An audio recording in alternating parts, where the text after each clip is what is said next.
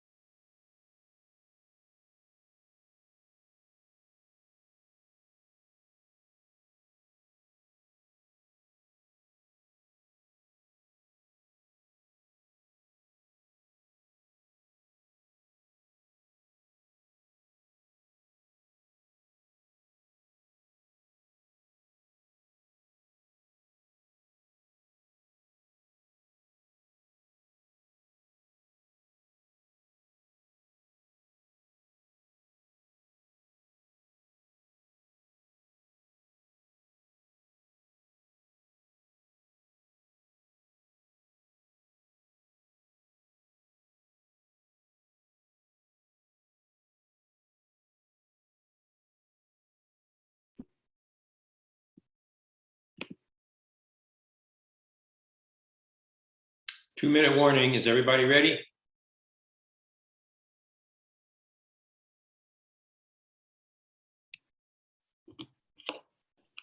Yes. Yes.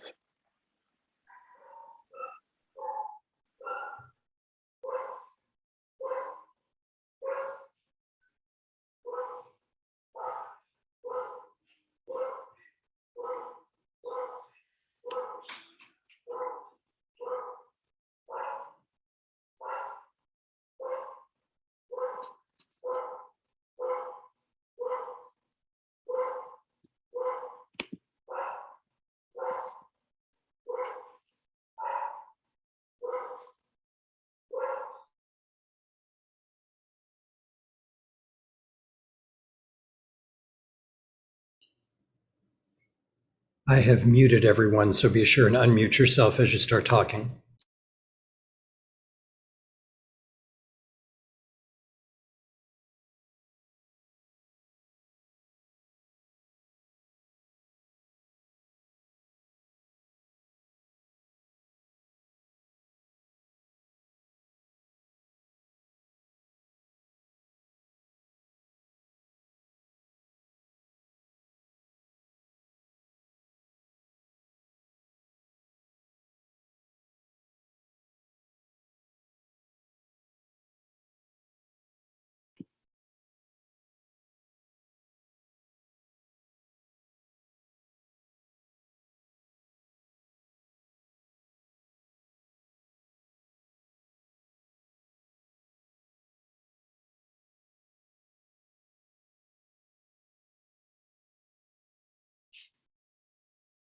Everybody ready to begin? Yes. Okay, in that case, I hereby call this remote meeting of the Washington Metro Rail Safety Commission to order. This meeting is being recorded as well as streamed live for the public. Mr. Smith, do we have a quorum today? Yes, Chair. Hi, we do. You're present. Vice Chair Hall is present. Secretary Treasurer for Audit, Commissioner Bob, Commissioner Rush, Commissioner Akatib, and Alternate Commissioner Lobby are also present. Thank you, Mr. Smith. We will start today with our safety message from the WMSC, Emergency Management Specialist, Richard David. Mr. David. Thank you, Chair Hart.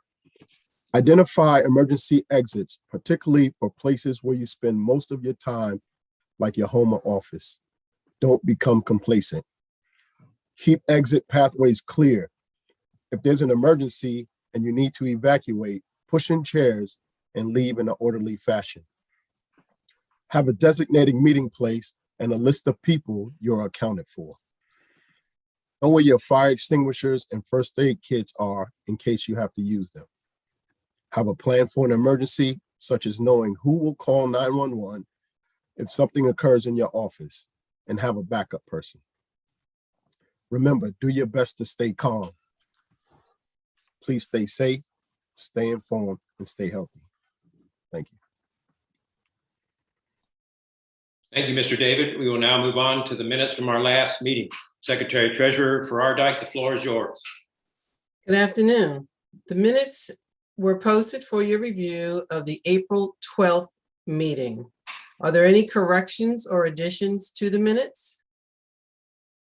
If not, I move approval of the April 12th minutes as circulated. Is there a second? Second. Commissioner Rush has seconded the motion. All those in favor, please raise your hand and say yay. Yay. Yay. Any opposed? Please raise your hand and say nay. Thank you. Commissioner Farardike, the ayes have it, 6-0. Thank you, Mr. Smith. Next on our agenda is public comments.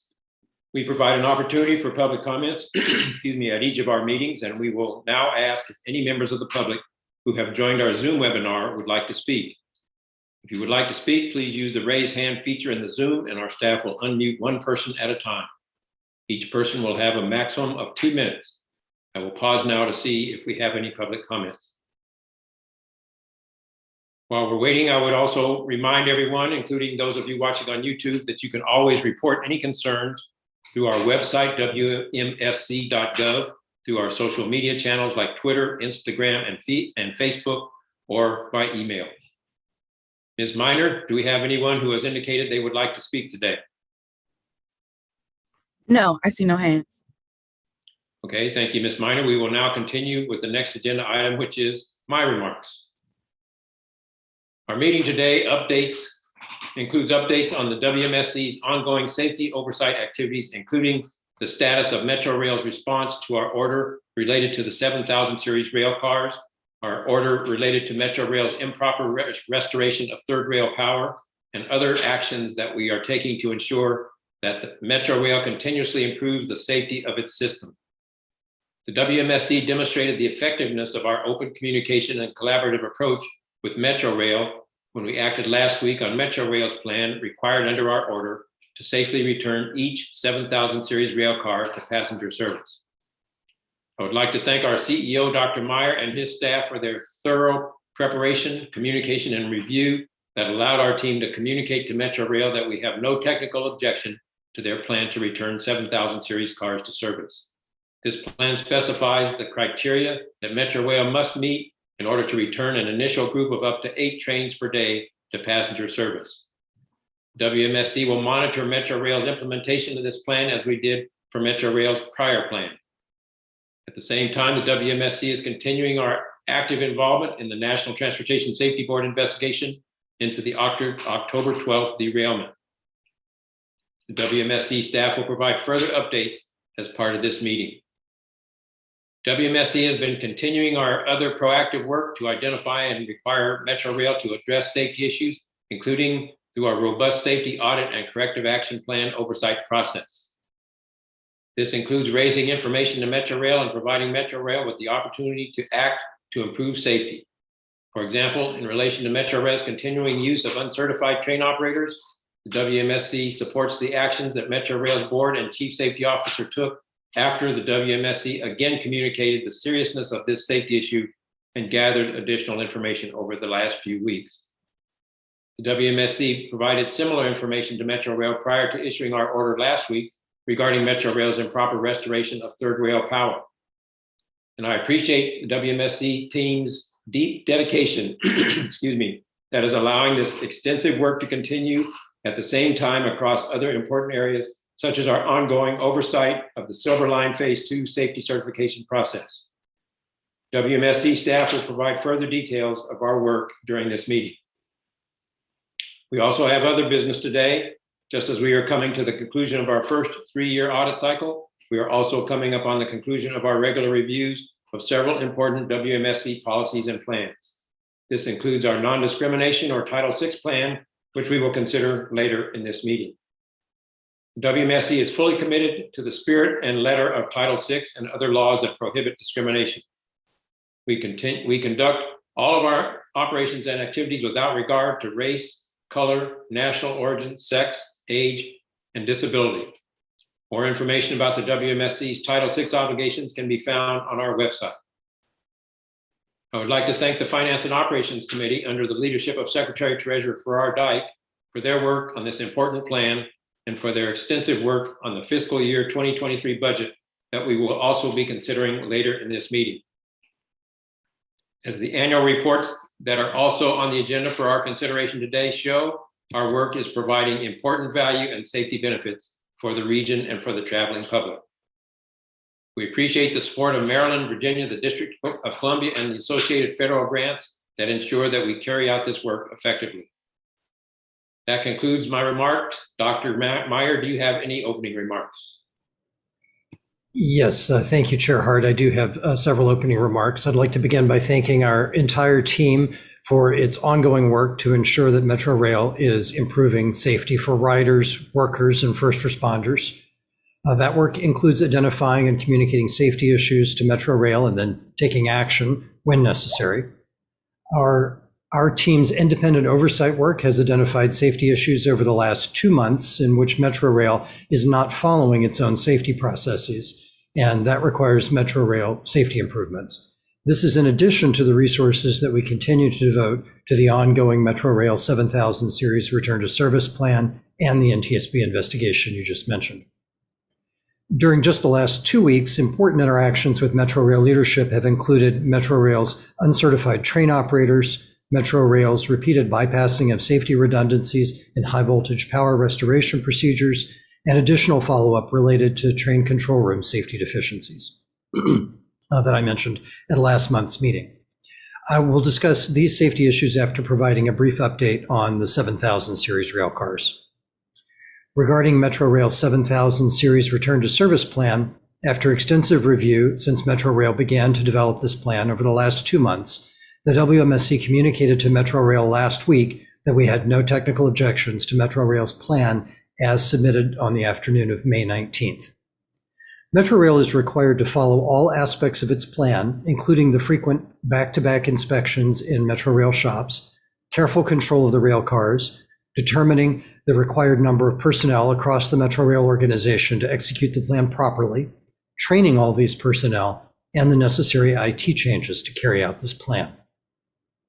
In December, after the WMSC accepted the prior return to service plan, Metro Rail released several cars into passenger service that did not meet the inspection criteria that Metro Rail had developed and that the WMSC had accepted. That resulted in the WMSC issuing a subsequent order on December 29th requiring WMATA to keep its 7000 series rail cars out of passenger service until it developed an acceptable return to service plan meeting all the criteria specified in that order. We now have that revised plan that lays out additional internal Metro Rail protections and proposed changes or Metro Rail protections and improved Metro Rail procedures. Metro Rail is required to submit any proposed changes to its plan for WMSC review and acceptance prior to those changes being implemented. Such changes might include, for example, any updates to the manual inspection frequency, the number of rail cars being put into service, or changes to personnel, procedures, or technology. The plan that Metro Rail is now implementing requires it to meet its specified criteria before putting the first 7000 series rail cars back into passenger service. Metro Rail's plan specifies that there will be no more than 8 7000 series trains in passenger service each day for a maximum of 64 rail cars. Regarding Metro Rail's uncertified train operators, last week Metro Rail acknowledged that about half of its train operator certifications have lapsed. and that it was removing train operators from service to focus on the issue. The WMSC supports Metrorail's actions that provide for the safety of Metrorail's riders and workers. Last month, the WMSC audit of rail operations identified that Metrorail is not meeting its operational refresher training and recertification requirements. After issuing that audit, the WMSC learned and communicated to Metrorail leadership that it had stopped train operator recertifications entirely. The WMSC communicated the seriousness of this safety issue to Metrorail and gathered additional information over the last few weeks. So we're pleased that the Chief Safety Officer and Metro Board are now aggressively addressing this matter. To be clear, as demonstrated by Metrorail committing to correcting this issue in the next few months, this is an issue of management and scheduling, assigning and designating the resources needed to carry out the safety training and certification. It's not an issue caused by the operators themselves. The specific details and timeline of Metrorail's work to address the safety issue is being handled through our corrective action plan process. Metrorail is required to submit revised corrective action plans to address rail operations audit's findings by early next week. Regarding Metrorail's high voltage power restoration procedure, we issued an order last week requiring Metrorail to address its improper power restoration. Metrorail is continuing to put its personnel at risk of serious injury or death by repeatedly bypassing safety redundancies in power restoration. The Metrorail power restoration procedures that Metrorail has deliberately designed for the safety of its employees, contractors, and first responders. The background and overview section of our order, available on our website, wmsc.gov, provides specific details regarding the events that led to the order. This includes safety events that occurred in April and May of this year that put Metrorail personnel at risk of serious injury or death. These events provide further evidence that elements of Metrorail have a culture that accepts noncompliance with written operational rules, instructions, and manuals. To conduct maintenance, repair, and rehabilitation, Metrorail routinely removes high voltage electrical or third rail power from track segments when work zones are established. Removing traction power from work zones temporarily removes the hazard of lethal electric power from areas where workers will be present. During overnight hours after passenger service is ended, several such work zones are established.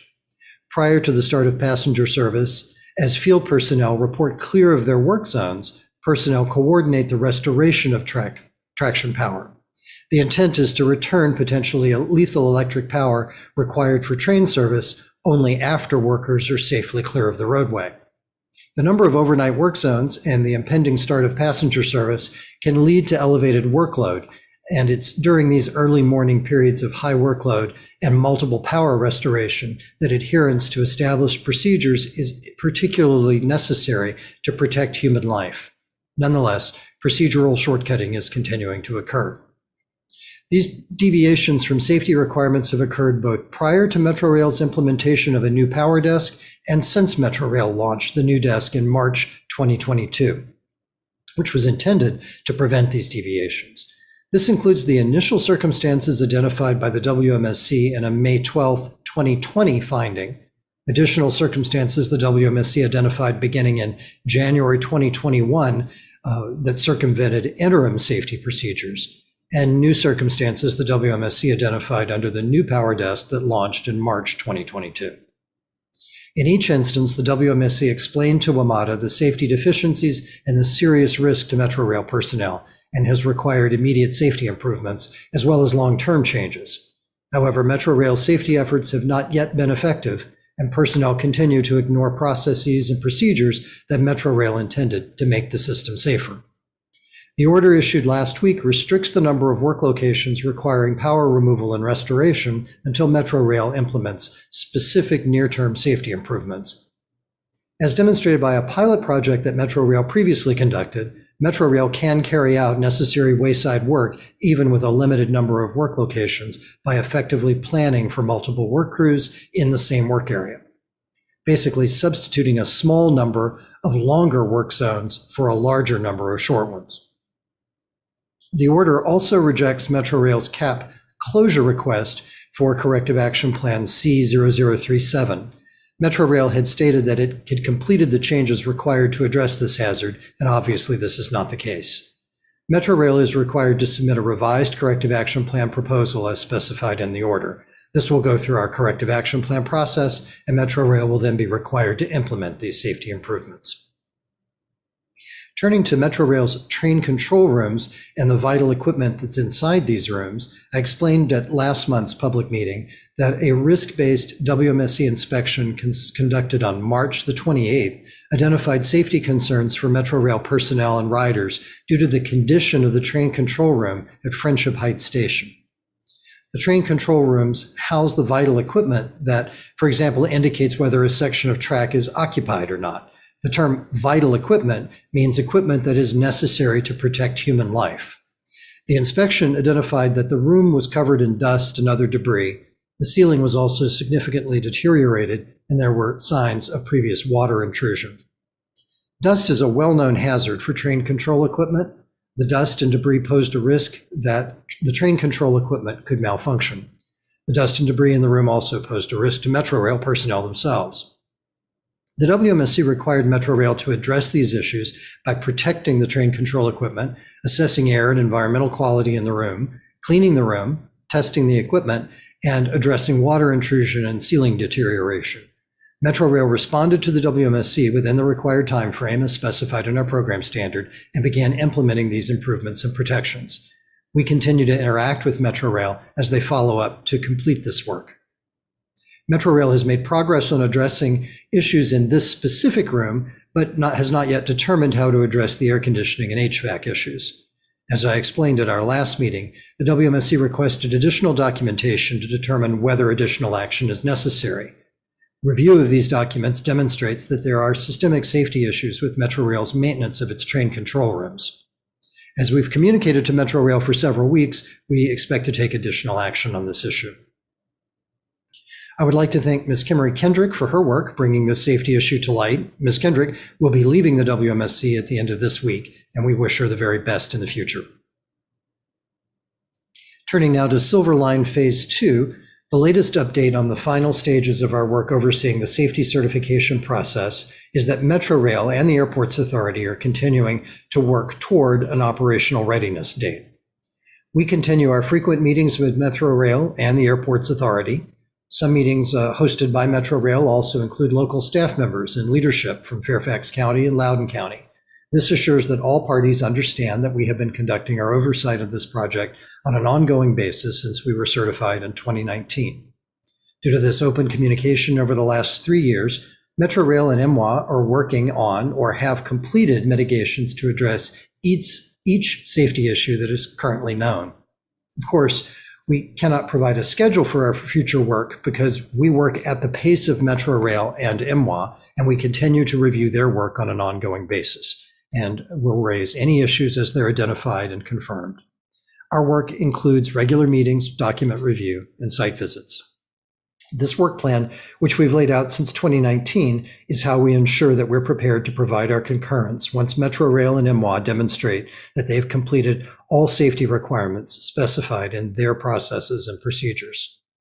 I would note that it's the same kind of ongoing communication and information sharing that allowed the WMSC to provide its acceptance of the Metrorail 7000 series return to service plan on the same day that it was received last week.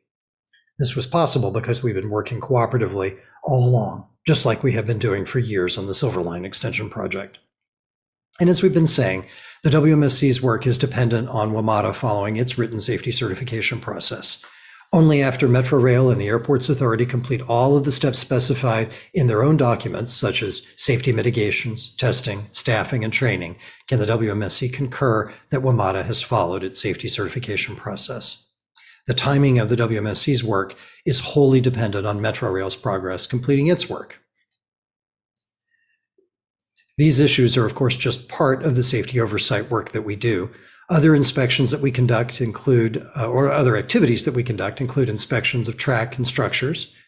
2 of these inspections last month identified deteriorating rail ties and other safety issues in the West Falls Church rail yard and along the mainline track between West Falls Church and East Falls Church stations. Metrorail responded to these inspections in our time frame required by the program standard, and this includes ongoing work to schedule and conduct maintenance and repairs.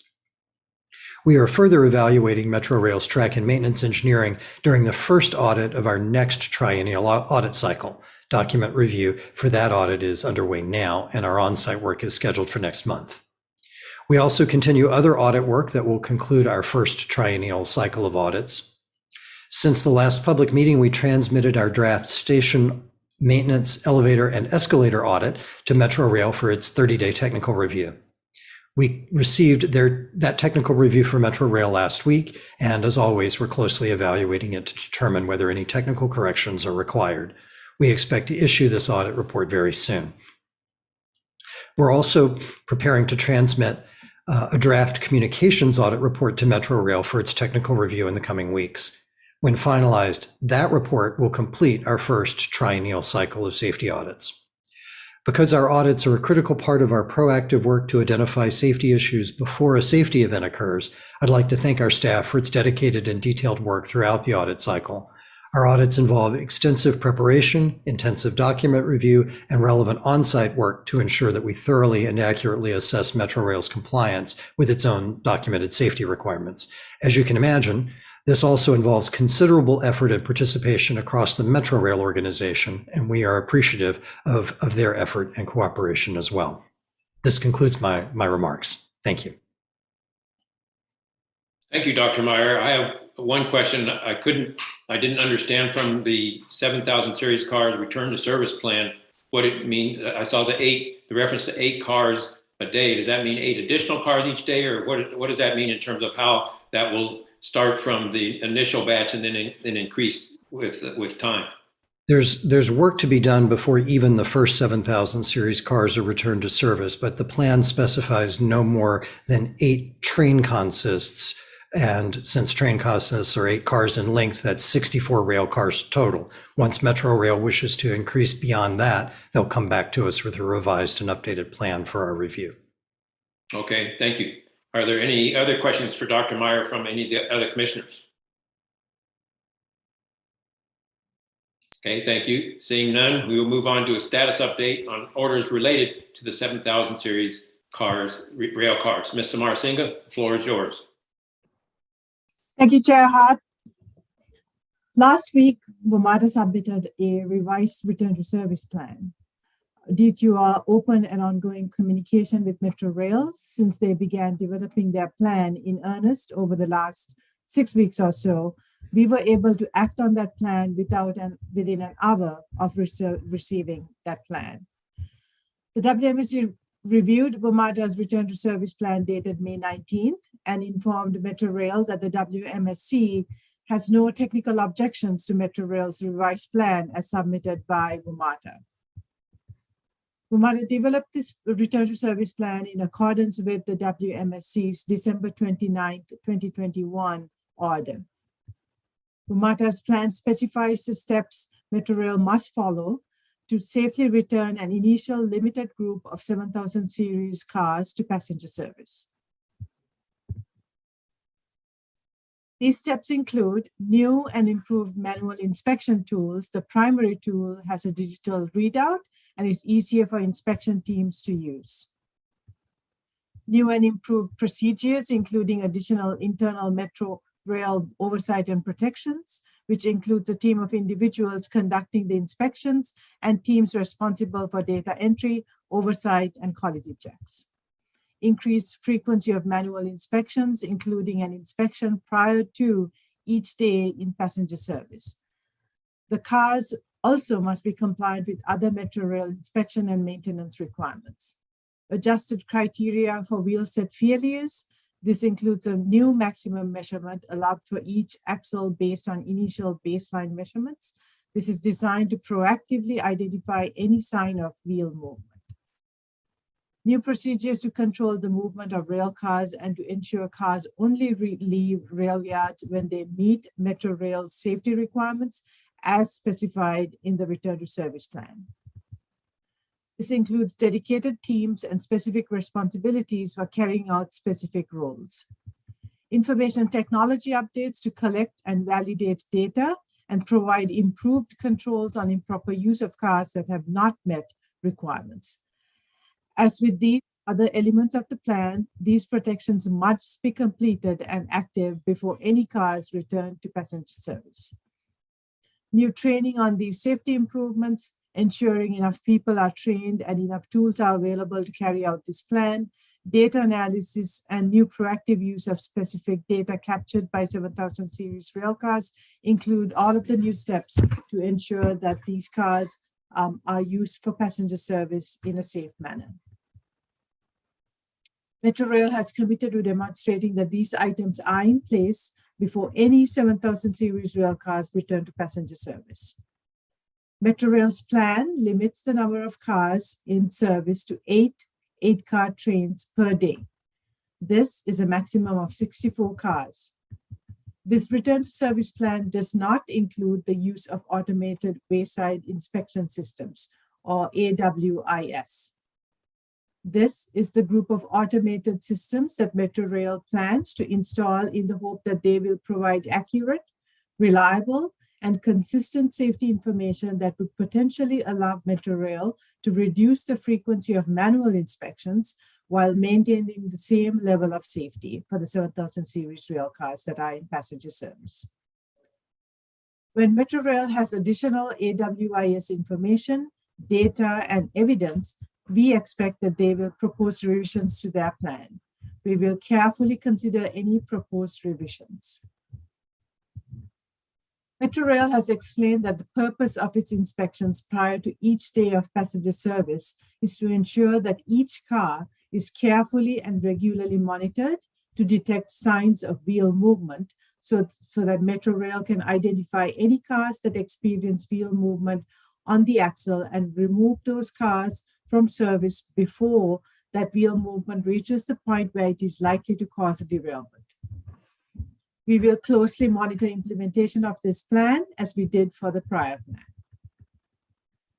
As specified in the December 29, 2021 order, Metrorail must submit any proposed changes to its plan to the WMSC for review before any such changes are implemented. As always, we continue our frequent interactions with Metrorail personnel at all levels of the organization to ensure that our oversight is as informed as possible. This includes daily meetings, regular oversight of Metrorail railcar programs, and participation in the NTSB investigation into the October 12th derailment. The NTSB is in charge of the accident investigation, and we are continuing to work with them as a party to the investigation.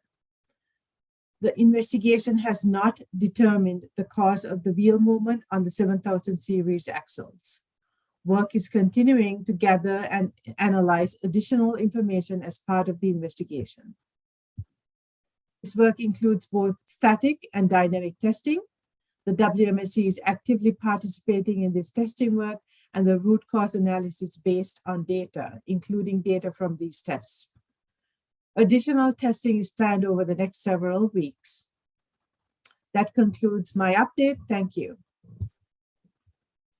Thank you, Ms. Amar Singh. Are there any questions from any of the commissioners for Ms. Amar Singh? I have a question, Chair Hart. Yes, please, Commissioner Lobby. How much movement of the wheels is acceptable? You know, you said that they would monitor movement of the wheels, and at some point when it becomes critical, where it could result in a derailment, those train sets would be removed. How much are we talking about? Commissioner Lobby, I'm going to ask railcar specialist John DiRenzo to answer that question so that we provide you the exact information. John, would you mind taking that question? Sure. They are looking for any movement from the baseline measurement that is going to be the initial measurement, and anything that is recorded at 53 and 374, I'm sorry. Anything greater than 53.374 is considered a failed wheel, and it will not be put into service. So how much is this from the nominal? The nominal is 53 and 250, I believe. No, that's the minimum. 516. 5/16 is the middle. I'm not sure what the digital equivalent to 5/16 is, but yes. So it's just below 3/8 to it's 53 and a quarter to 53 and 3/8. 53 and 5/16 is the nominal measurement. So are we saying some level of movement is allowed from what they measure initially, or no movement from what they've measured initially is allowed? I think if they detect movement from the initial baseline measurement, which is what they're going to be comparing to in subsequent measurements, is when they would, if they detect any movement, the trains will be pulled out of service. All right, thank you. Any further questions for Ms. Marcinga? Thank you, Commissioner Lobby, for that question, and thank you, Mr. DiRenzo, for helping out with answering. We will now move on to our next item on the agenda, which is audits, with an update from Audit and CAP Program Manager, Mr. Davis Rotic. Mr. Rotic? Thank you, Chair Hart. As Dr. Meyer noted, we are completing our detailed, careful review of Metro Rail's technical comments submitted to us last week regarding our draft station maintenance, elevator, and escalator audit report. As with each of our audits, the work on this audit included extensive reviews of Metro Rail documents, on-site work such as interviews with numerous people, and site visits to various parts of the Metro Rail system. Our audits assess Metro Rail against the relevant criteria, such as the requirements of Metro Rail's Public Transportation Agency Safety Plan, requirements specified in other Metro Rail documents such as SOPs and orders, and regulatory requirements. The draft report included positive practices, findings, and recommendations for safety improvements.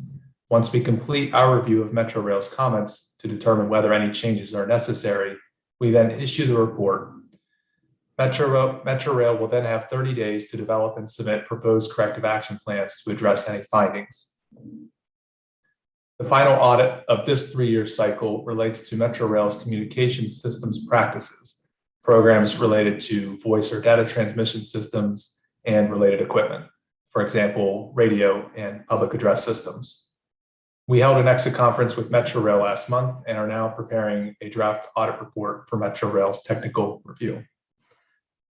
To provide the required depth of evaluation for a system as complex as Metro Rail, we conduct our audits on an ongoing basis over each 3-year period by auditing distinct elements and functional areas of Metro Rail.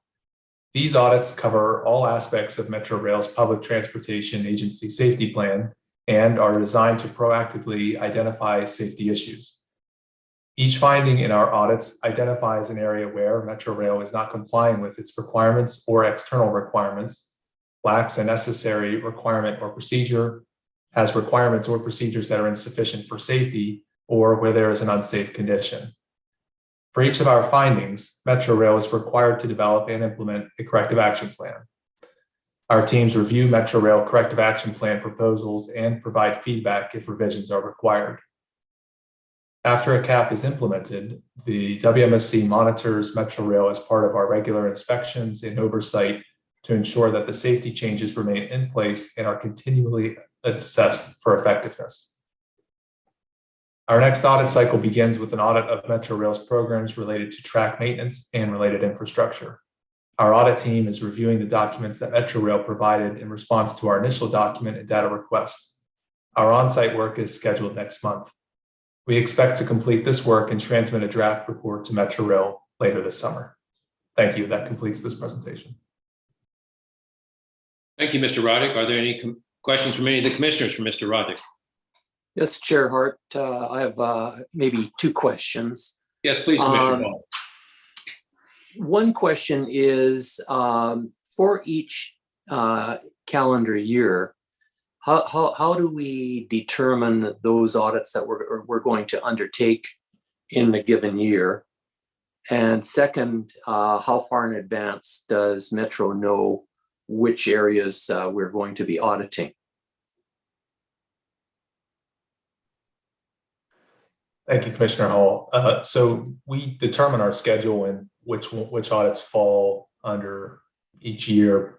In this case, for the second cycle, we were informed partially by when the prior cycle audits were done. Not exactly, but it is we don't want to finish the cycle with the same audit that we start a new cycle with, for example. And then we also factor in things like our other oversight. Whatever comes up in other oversight activities that we do if we're concerned about a particular area. It also factors in trying to spread resources from both WMATA's perspective and ours, as far as so we're not hitting the same departments again and again, back to back at least, and other factors related to that. And for your second question, each audit, WMATA gets essentially a notification letter. And that comes about 60 days or so before any on-site activities, and it then gives 30 days for WMATA to provide the requested documents. But in effect, it's about 60 days from when we generally conduct interviews and do any on-site activities. Okay, thank you, Mr. Roddick.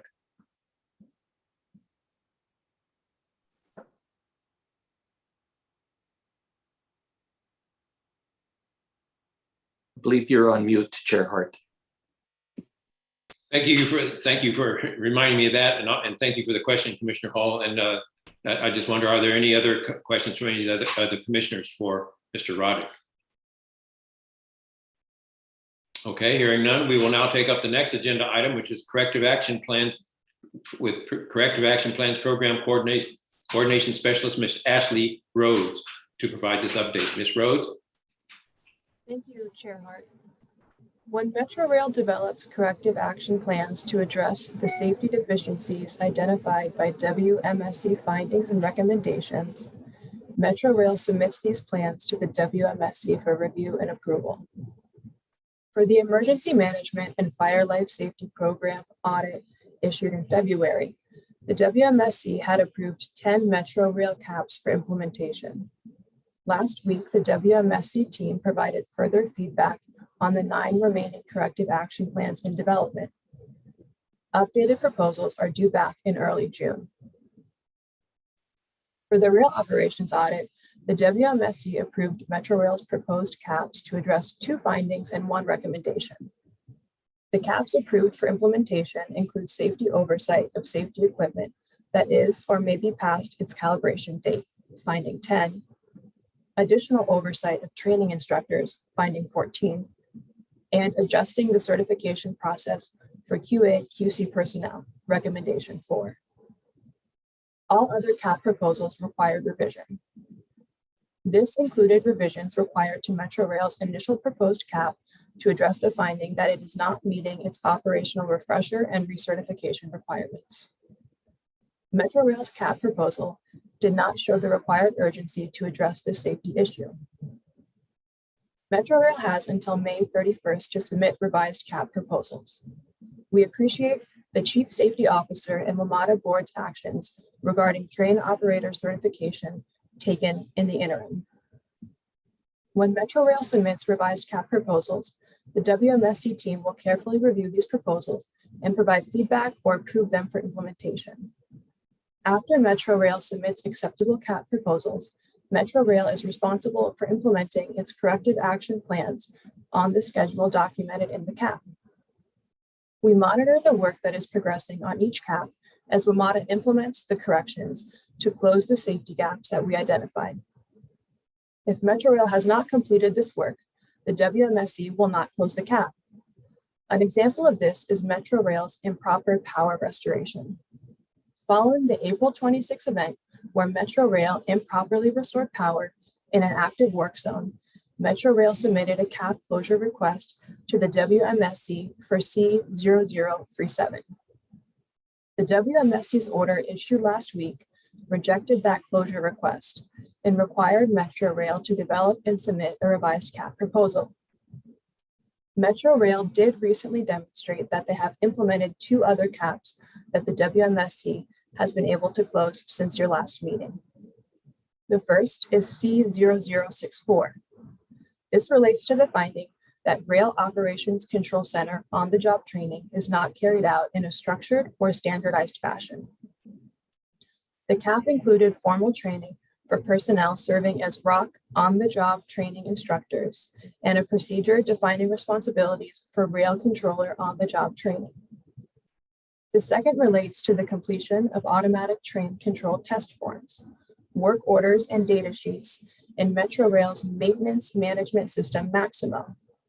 Metrorail's C0114 included training for staff on Maximo and a new Maximo user guide intended to ensure that tasks, reviews, and oversight are completed and that forms are legible and accurate. Metrorail submitted 3 months of QA/QC checks showing implementation. Following implementation and closure of any CAP, the WMSC monitors Metrorail's actions through our audit, inspection, and other oversight activities to confirm that Metrorail is continuing the safety improvements it has implemented through the Corrective Action Plan. Thank you. That completes this presentation. Thank you, Ms. Rhodes. Are there any questions from any of the commissioners for Ms. Rhodes? Okay, seeing none, we will now move to our next agenda item, which is our regular status report on our oversight of the Silver Line Phase 2 safety certification process. Mr. Sahu, the floor is yours. Yeah, thank you, Chair Hart. So Metrorail and MWA are progressing toward Metrorail declaring an operational readiness state. Metrorail will then take provisional care, custody, and control of the line. Metrorail has not set a specific timeline for that at this point. The WMSC plays no role in determining the operational readiness state. We are tracking approximately 12 open items at this point in our pre-revenue service review out of more than 100 items that we have identified and tracked over the course of this process so far. All of these items known to the WMSC have been raised and have agreed upon paths forward to be completed. Metrorail and the Airports Authority may complete some of these items after Metrorail declares the operational readiness state.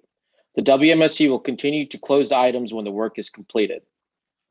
As the WMSC has explained since 2019, the WMSC's role in the Silver Line Phase 2 project involves ongoing oversight and frequent communication about any identified safety issues so that Metrorail or MWA can appropriately address them.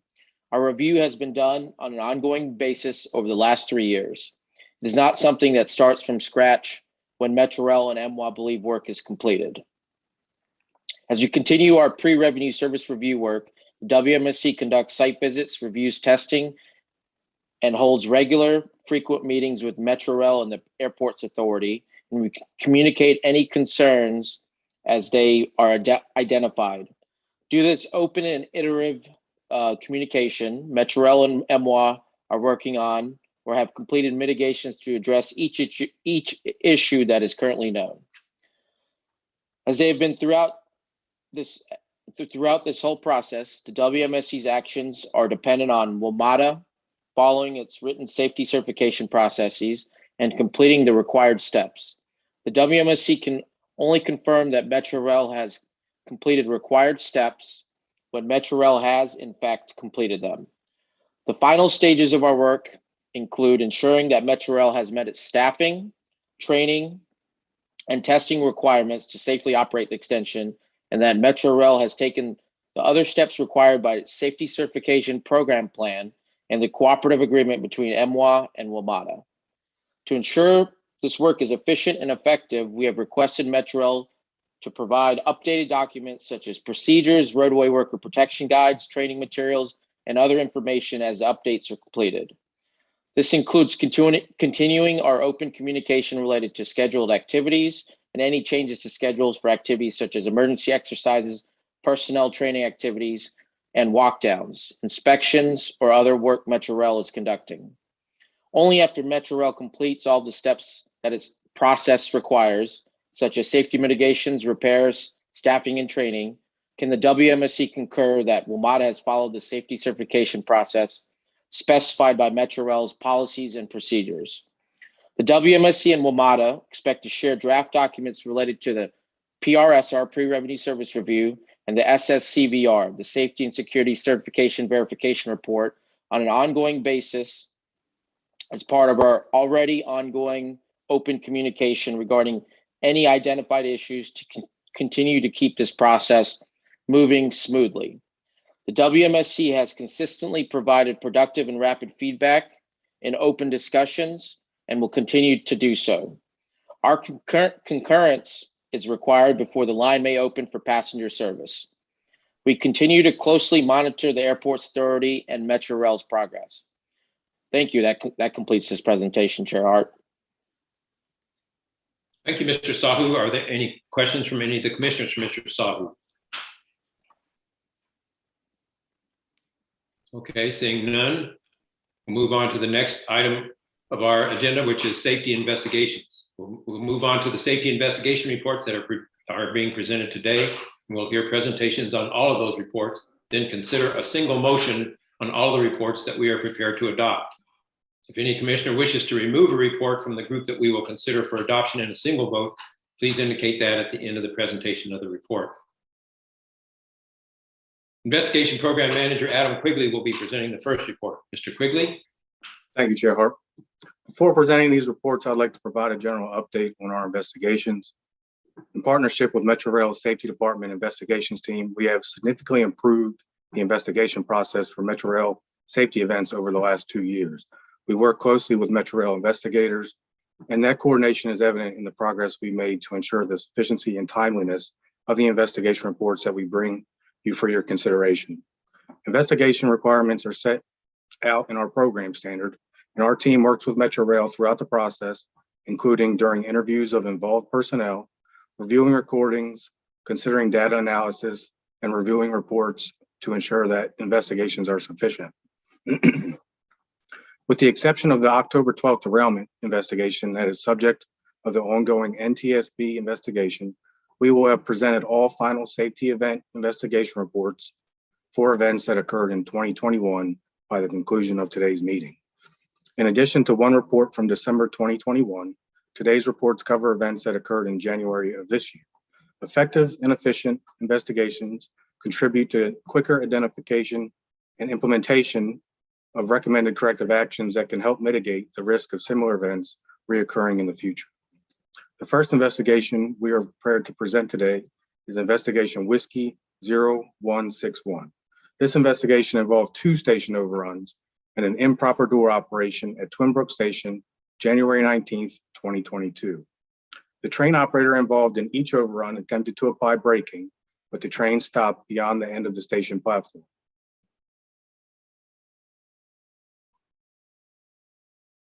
The train operator involved in the first station overrun at 4:11 p.m. incorrectly reported to the Rail Operations Control Center that their train had overran the platform by half a car length. Closed circuit television shows that the overrun was actually more than 1.5 car lengths. Based on the train operator's report, the rail controller instructed the train operator to drop associated door breakers so that pushing the door open button would only open doors on the trailing 5 cars, and the lead car doors would remain closed. The controller also instructed the operator to verify the length of the station overrun and walk any customers needing to exit from the first car through the bulkhead door to the second car to reach the platform. The train operator and controller did not follow procedures requiring 100% repeat back of radio transmissions. Because of most of the second car of the train was beyond the platform when the train operator opened the doors, 2 of the 3 doors on that car opened beyond the platform limits. No riders fell from or stepped out of the improperly opened doors. The train operator then closed the doors and continued in service to Grosvenor Strathmore Station. No ground walk around was conducted. The train operator was removed from service for post-event toxicology testing due to the station overrun. It was during the investigation into the station overrun when a Metro Rail Safety Department investigator identified the improper door operation. Metro Rail properly updated the safety event report to the WMSC and continued this investigation. The train operator's certification was scheduled to expire September 26, 2021. The train operator was still operating a train nearly 4 months later under a waiver that the Department of Rail Transportation, or ARTRA, had given itself from these safety training processes. A second station overrun event occurred approximately 6 hours later at 10:35 p.m. the same day, same track at Twin Brook Station. This event involved a different train concept. This other train experienced similar slip slide conditions to the first train, and the train operator also applied emergency braking.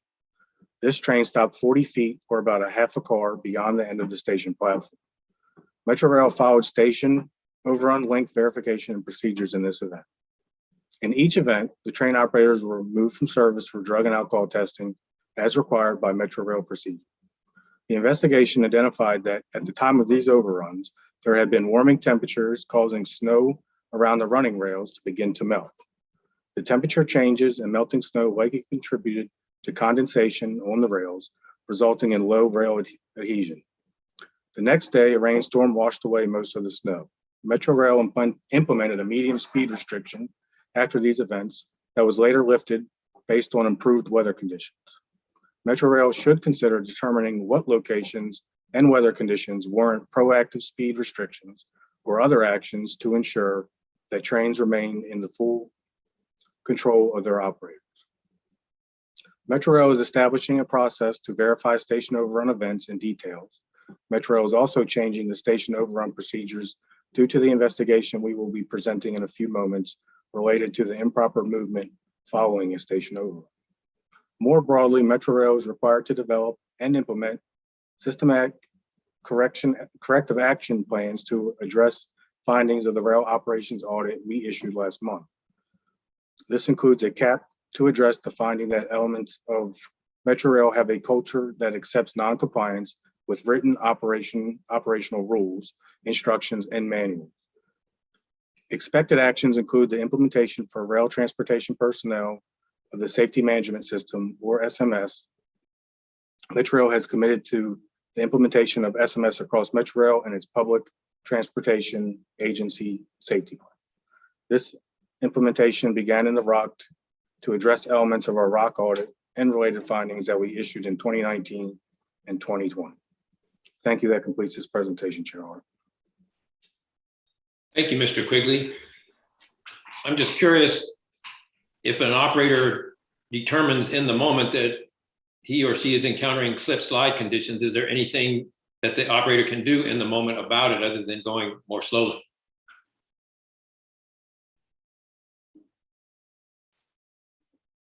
No, sir. So they have to be sufficiently aware and given that awareness, go more slowly so that they don't have situations like overrunning the station. Yes, sir.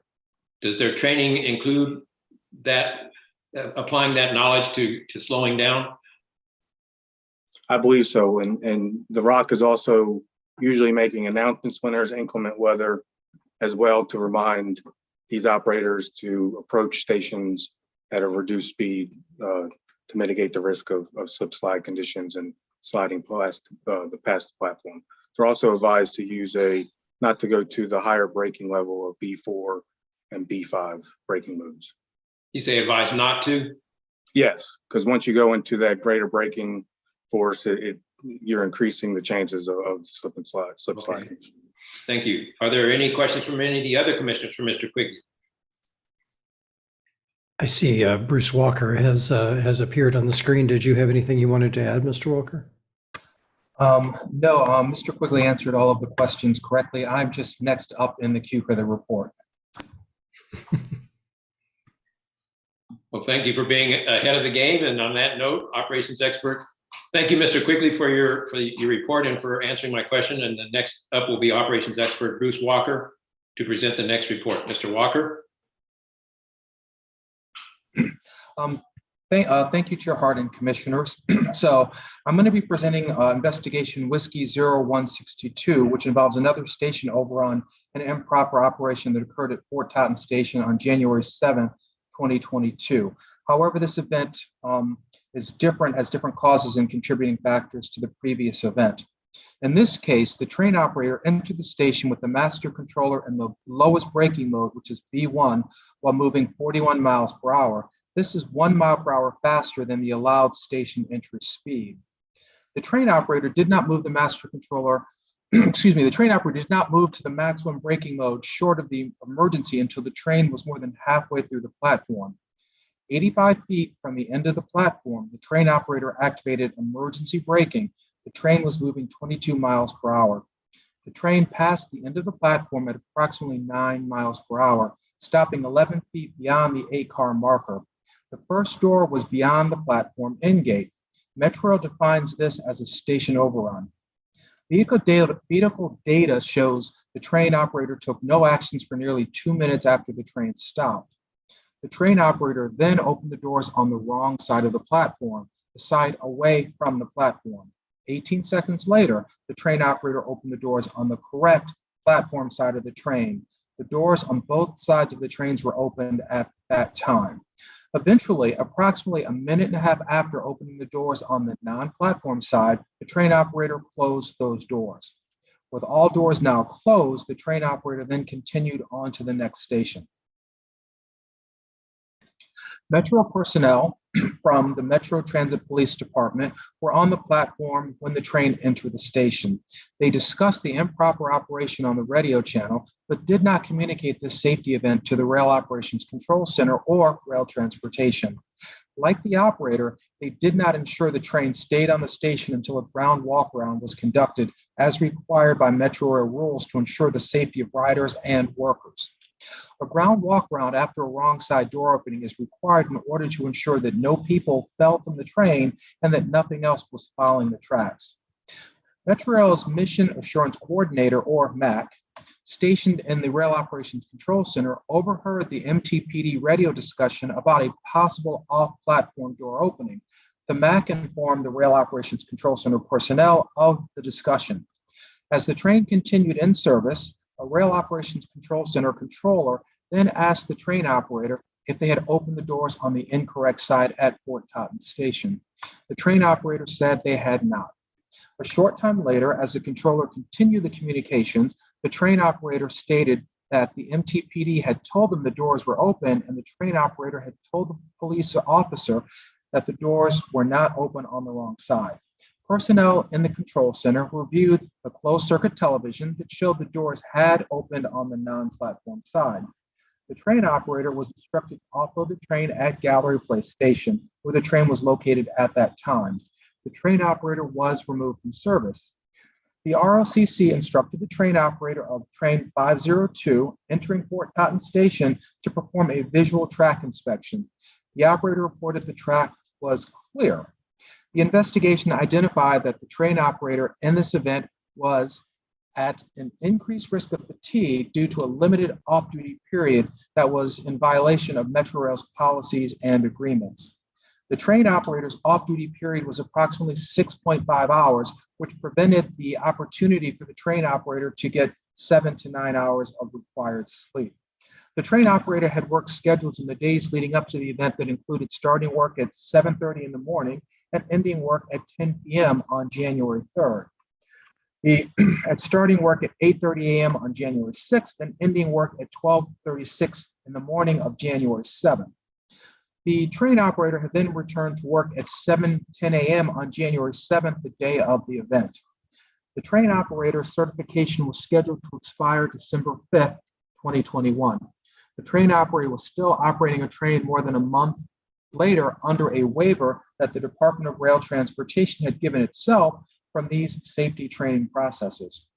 Following this event, Metro provided refresher training to depot and division clerks regarding train operator schedules and conducted a safety stand-down with depot clerks related to fatigue-related impairment. Rail Transportation is developing internal processes to review all schedules given to station managers and train operators daily. Metrorail is required to address multiple issues related to this investigation due to recent WMSC audit findings. Among others, this includes corrective action plans to address fatigue-related findings, such as the finding from the Fitness for Duty audit that was issued last year that Metrorail has not implemented. Metrorail has not implemented many of these fatigue management policies and ignores the policy's minimum daily release or rest period. In any event, Metrorail does not have adequate access to documentation of or compilation of data to access compliance with its hours of service requirements. Metrorail is also required to develop and implement CAPs related to the emergency management and fire and life safety audit issued in February.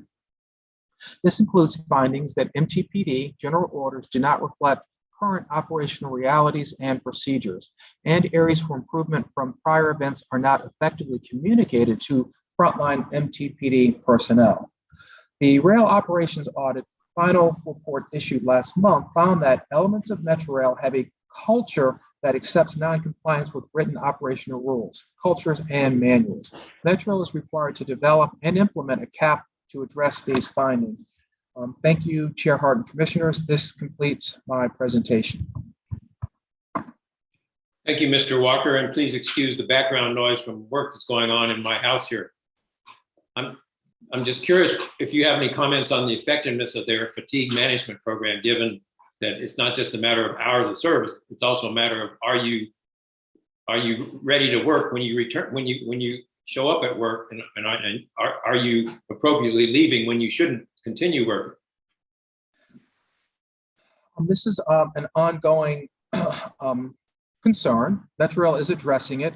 Metrorail does have a fitness for duty policy, but it has not been implemented yet. So Metrorail is making progress on it, but it is still in the corrective action process. All right, thank you. And if I understand correctly, this was not an issue of slippery tracks as the previous report was. This is just a matter of going too fast. Am I correct on that?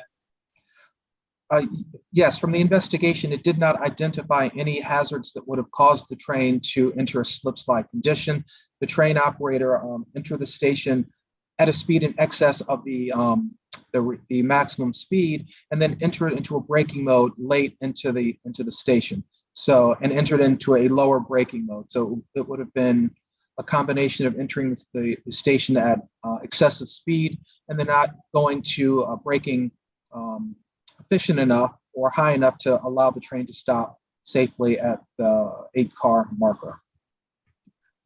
Okay, thank you. And my last question is, did you get any sense of whether the operator knew that the doors were open and lied about it, or just didn't know? Do you have any sense of that? I can't look into what the operator's reason was, but the operator would have had to have known that the doors were opened off the platform, because the operator would have to close the doors before the train would move. So they know when the doors are open because they will not have all doors closed and the train will not move. So the operator had to have initiated the closed door on the offside before the train would move. So the operator would have known that the doors were open off the platform. So do you know if there will be any ramifications against this operator for not telling the truth in the course of the investigation? I cannot speak to the discipline that Metro is implementing. I can say that the operator was retrained and that they implemented fatigue training for the depot clerks, but I do not know if there was any ramifications for the operator not being forthright in their statement during the investigation. Okay, thank you. Are there any questions from any of the other commissioners for Mr. Walker? Yes, Chair Hart, I have a question for Mr. Walker. Yes, please, Commissioner. As part of our investigation, did we have an opportunity to interview the operator, or were we going on whatever we were able to find from Metro's interview of the operator? So, Commissioner Hall, we always have the right to interview. I see Mr. Quigley has turned on his camera, so I'll let him go a little further with that. Adam? Yeah, sure. So it's a joint interview. So it's WMSC Safe personnel and WMSC personnel that get to interview the operator. So in this interview, how did this operator explain the events that transpired?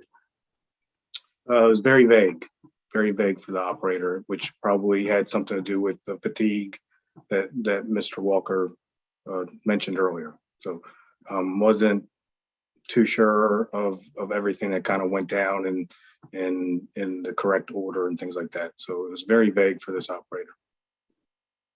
Okay, thank you, Mr. Quigley. Mm-hmm. Thank you, Commissioner Hold. Any other commissioners have any questions for Mr. Walker? I had some questions, Chair Hart. Yes, please, Commissioner Lowry. Was this incident reported as a platform overshoot or as a door open on the wrong side? So my understanding, Commissioner Lobby, it was a station overrun, but I'm going to defer to Mr. Quigley that participated in the investigation. Yes, station overrun, and it wasn't until the MAC inside the rock had heard the MTPD radio channel chatter about the doors opening off the platform side, and that's what triggered the investigation. And what is the MAC? The Mission Assurance Coordinator. Okay, so if this was the station overrun, this means that the operator was taken out of service and given a drug and alcohol test. Is that correct, Mr. Quigley? Absolutely. Okay.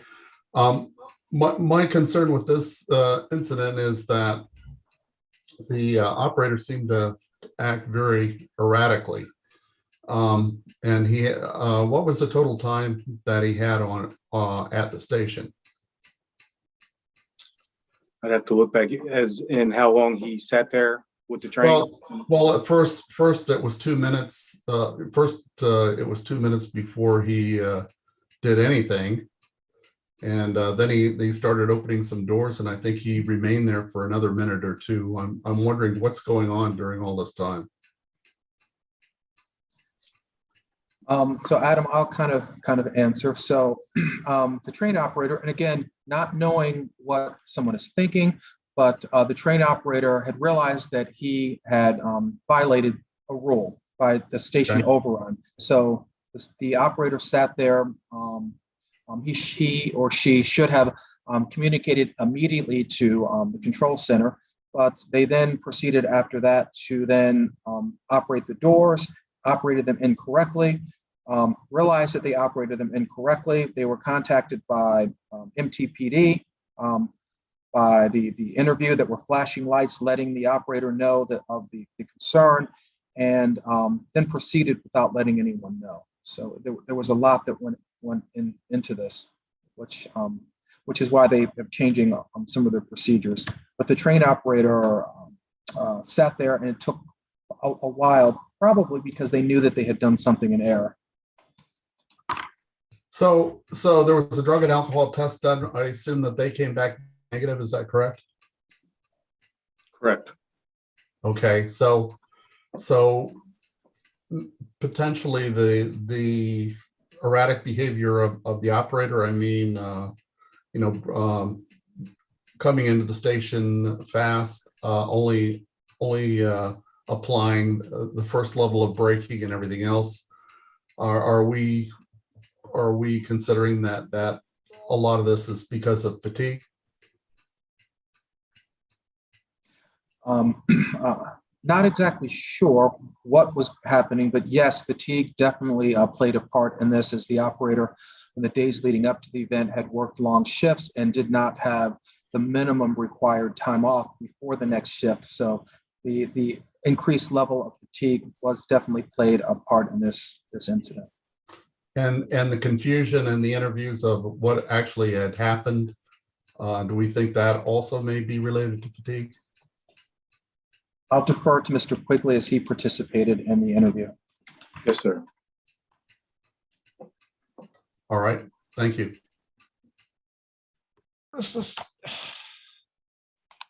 Thank you, Commissioner. Yeah, if I may. Rush. Yeah, I don't know how you can prove definitively that fatigue played a role. I think you can certainly draw a conclusion it was likely, but I'm not sure how you can prove it definitively. Just want to make that observation. We don't have any disagreement there. I mean, I think the answer, really indicates that we believe fatigue probably played a role, but we agree with you. You can't prove it definitively, but at the same time, if we set that as the standard for understanding the role of fatigue in safety events, we'll probably never have a concern about fatigue, which we know is unfortunately a cause of a number of safety events across transportation. No disagreement there, David. I mean, no disagreement with the conclusion that fatigue very well or likely even played a role. Just want to be precise, that's all. Sure, Hart, I've got one more question related to this. You know, it was said that WMATA didn't follow their own fatigue requirements. You know, what are those requirements? Should this individual have not been allowed to work these hours, or what? What does the WMATA policy say? There is a required amount of time that an employee is required to be off before their next shift so that they can achieve a minimum of 8 hours of rest. This operator was not off long enough to have achieved an 8-hour rest period. Again, WMATA has not implemented their fatigue policy, and so we're working with WMATA. They have a proposed policy, but it has not been implemented as of yet in the corrective action process. So with their policy, could someone work 16 hours every day continuously? Someone would be able to work 16 hours within a day and possibly consecutive days, but towards the end, there is a required period where they would need to be off. So after they've done so many, they would then be required to be off just based on their fitness for duty policy. There are always exceptions to that. In the event of an emergency or a staffing shortage, it could be required that someone work excessive hours, but that would be an exception and it would require sign off by management. Well, that brings to mind the situation we have now where we have operators trying to be recertified. Would that allow some of these instances of repeated 16-hour days take place?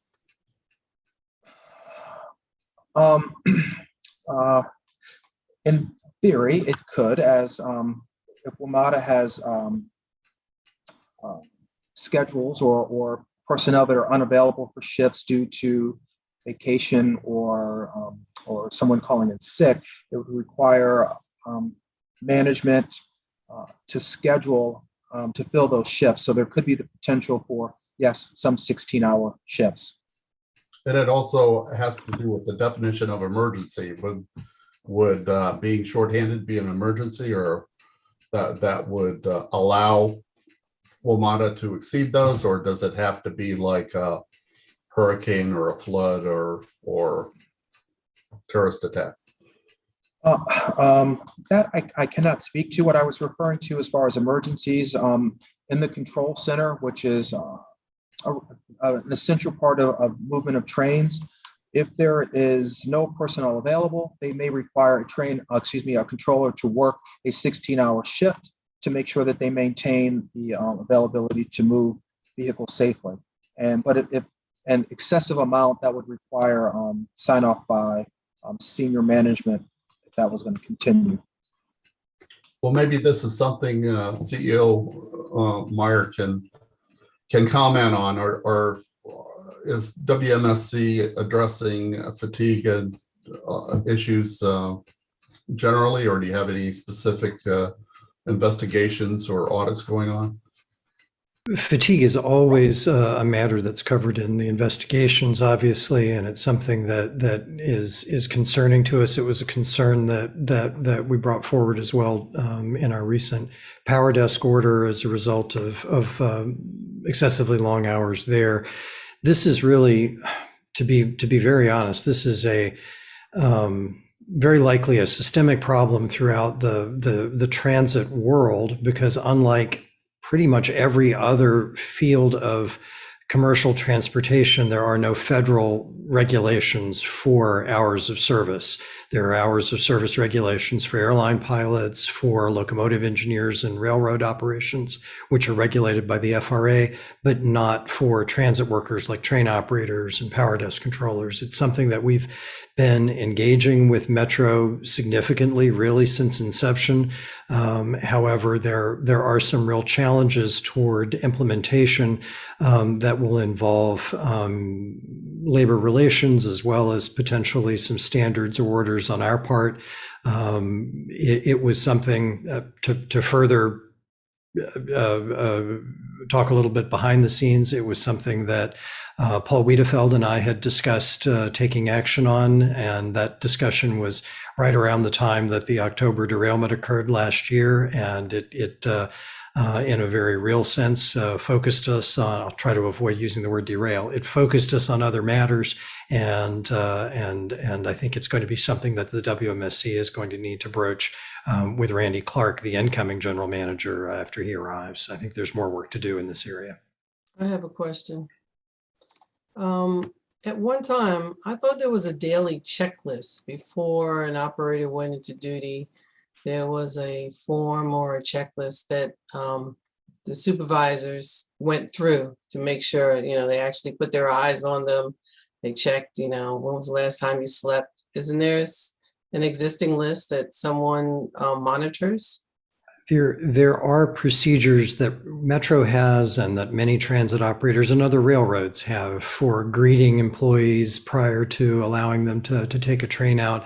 I would need to bump it over to probably Bruce Walker to talk a little bit more about those procedures. I don't know that those procedures, I'm certainly not a detractor of those procedures, but unlike getting sufficient sleep, those procedures are kind of a last-ditch effort to try to catch somebody that you're concerned about at the last moment. But I don't know that there are any good training programs or scientifically valid ways for detecting fatigue at that last moment. But that's not to say that transit operators, WMATA included, don't try. And Mr. Walker, if you can provide any more of a direct answer, you're more than welcome. Yes, Dr. Meyer. So yes, there is a process in place for the depot clerks to do a visual check and interact with the train operators before they do start their shift or their run. But as Dr. Meyer said, it's only a visual, and I don't know if anyone has the proper training to identify that as effectively as it could be done. Going back to the question that was raised about any activities or initiatives that the WMSC has undertaken on this front. So following our fitness for duty audit that was completed, there were several findings which resulted in corrective action plans being prepared and the WMSC approving these. One of which includes the fatigue policy, taking a very broad approach of evaluating the current policy, finding the gaps, essentially conducting a gap analysis, and also considering what changes organizationally at the supervisory level, the frontline level, and the management level, as well as training that would be required in order to institute a newly revised, more effective fatigue management policy that would address these concerns that we are discussing. So Metro is working on a broad set of corrections regarding fatigue as it relates also here to train operator fatigue. Thank you. That answers my question. Is there any timetable for when they would complete these changes?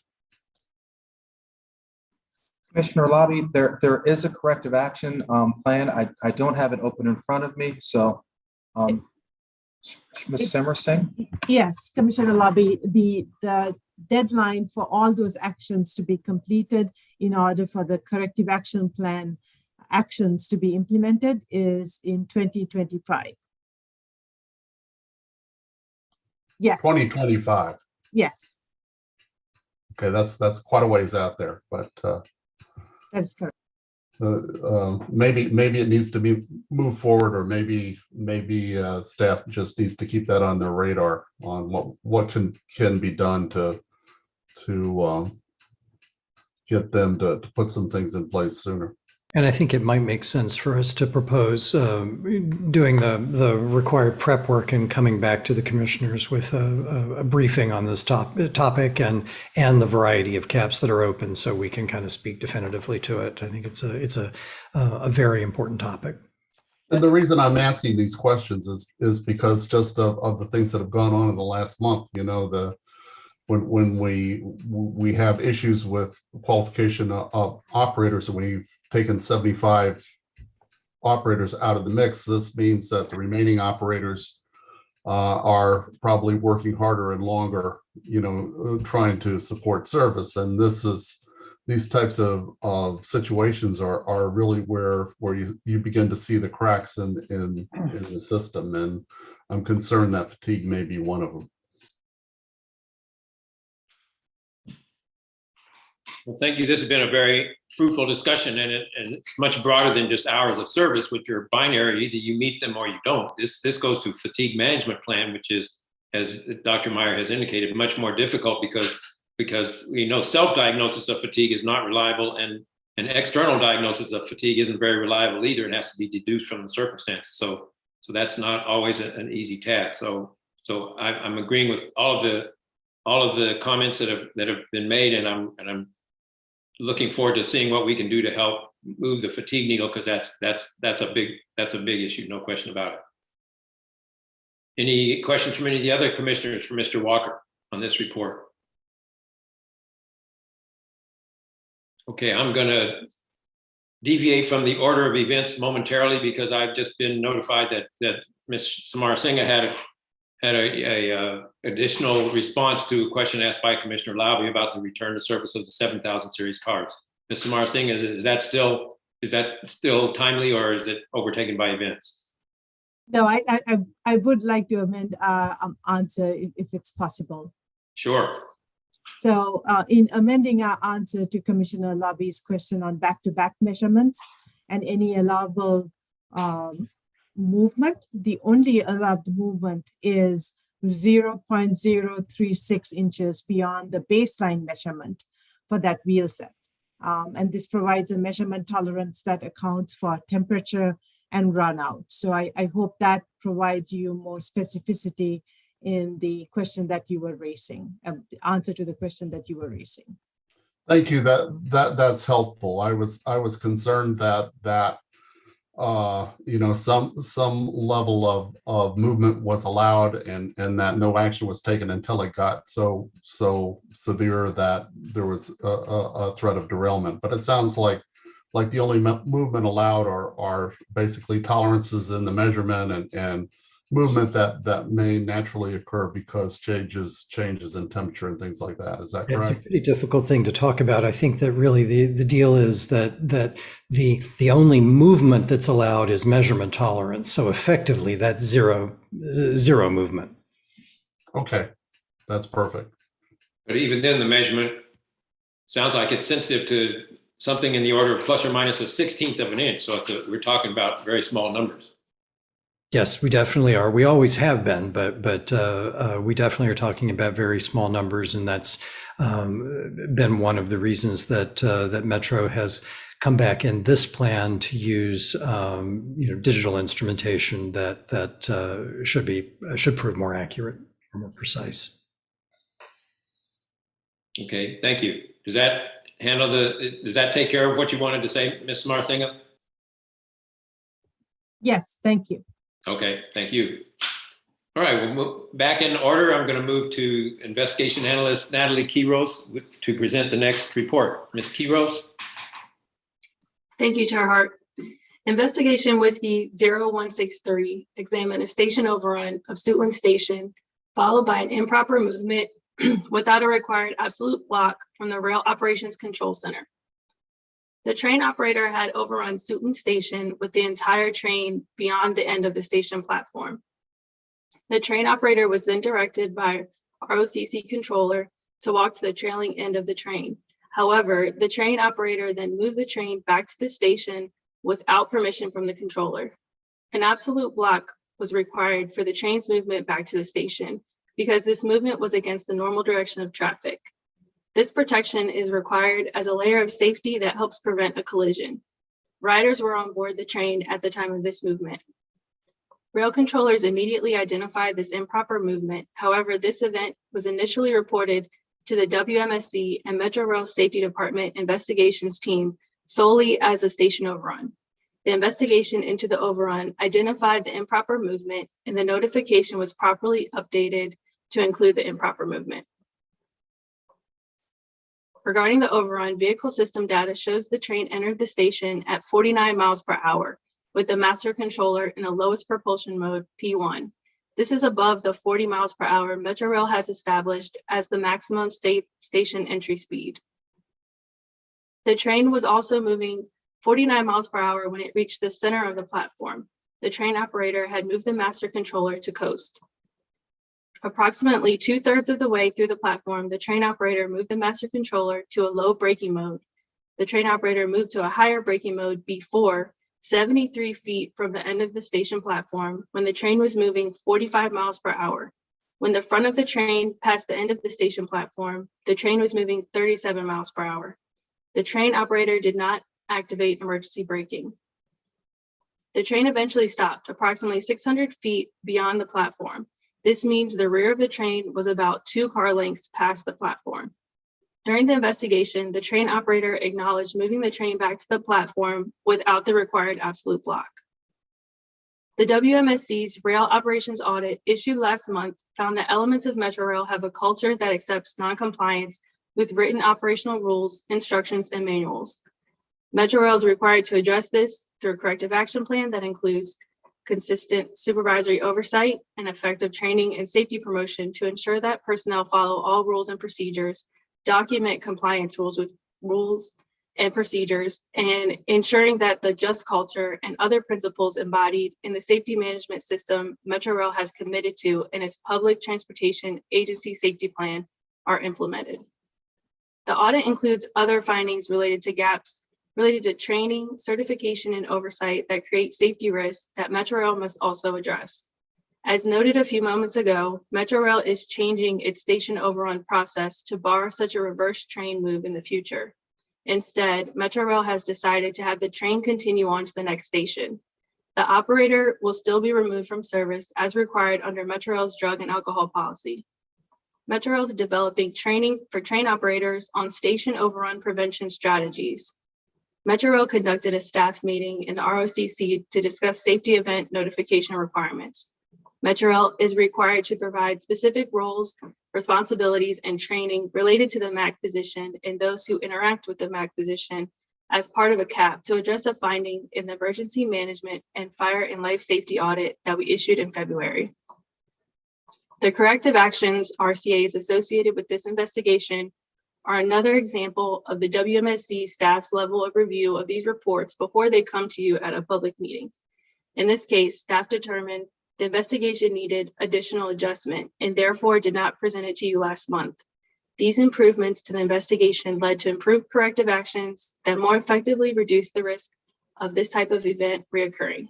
Thank you. That completes this presentation. Thank you, Ms. Quiroz. My question is, I'm a little confused about what happened here. The operator was directed to go to the opposite end of the train, to the rear of the train. Was that request in anticipation of permission to go to take the train back into the station, or and the operator just didn't wait long enough, or what happened after the operator went to the opposite end of the train? That's correct. The operator should have contacted the controller when they were keyed up at the opposite end and waited to receive their, in this case, an absolute block back to the platform. And yes, the operator moved, just keyed up the train and moved without permission, but it was intended for the operator to move back to the platform. Okay, thank you. Any other questions from any of the other commissioners for Ms. Quiroz? I have some questions, Chair Hart. Yes, Commissioner Lobby. I'd be disappointed if you didn't. Yeah, I know. This one is pretty interesting in that essentially the operator failed to put the brakes on at a reasonable time and overshot the station completely. Is there any information from the interviews or anything else on why something like that might happen? Because that's pretty egregious to completely miss the station like that. Does anybody know? Just lost awareness of the location, and we've mentioned in previous meetings, where we're trying to get WMATA to implement physical characteristic testing, so these operators are aware of where exactly they are. Even performance levels for track circuits could be changed, or WMATA could look at the performance levels, which changes the speed commands if the SOP or MSRPH states that a train has to be entering a station below 40 miles an hour, there's really no reason for it to have speed commands of 55 miles an hour in that area. If the train is out of service, the speed is 25 miles an hour to a station. So there's other ways to look at reducing the speed coming into stations, and instead of solely relying on an operator knowledge of exactly where they're at in the system. So it sounds like you know, the one of the conclusions is the operator was lost. He didn't know exactly where he was. He entered the station at 49 miles an hour. He had a 55 mile per hour speed command, and he entered the station at 49 miles an hour. And it wasn't until he was halfway or more than halfway through the station that he understood what was going on and began to apply brakes to stop the train. And by that time, the entire train was off the platform by 2 car lengths. Is that correct? Yes, sir. Okay, so, you know, when you talk about training operators on overrun prevention strategies, that to me is kind of laughable in this particular instance. It sounds like the things that need to happen are modifying the train control system to give lower speed commands entering stations and things like that. But what kind of strategies can you have to prevent station overruns, you know, when the individuals don't know exactly where they are?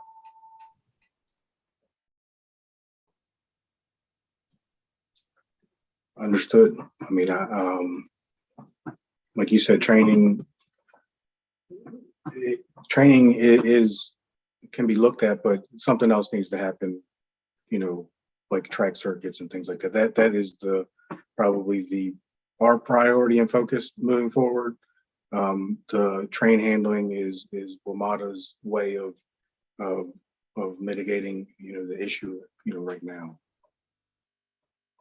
Well, I think that you know, modifications to the signal system or train control system are probably in order, but I would wonder why, after a train goes completely past the platform by 2 car lengths, and this is an 8-car train, all the way past the platform into the tunnel, which is a station overshoot, which means that the person needs to be taken out of service and given drug and alcohol tests immediately.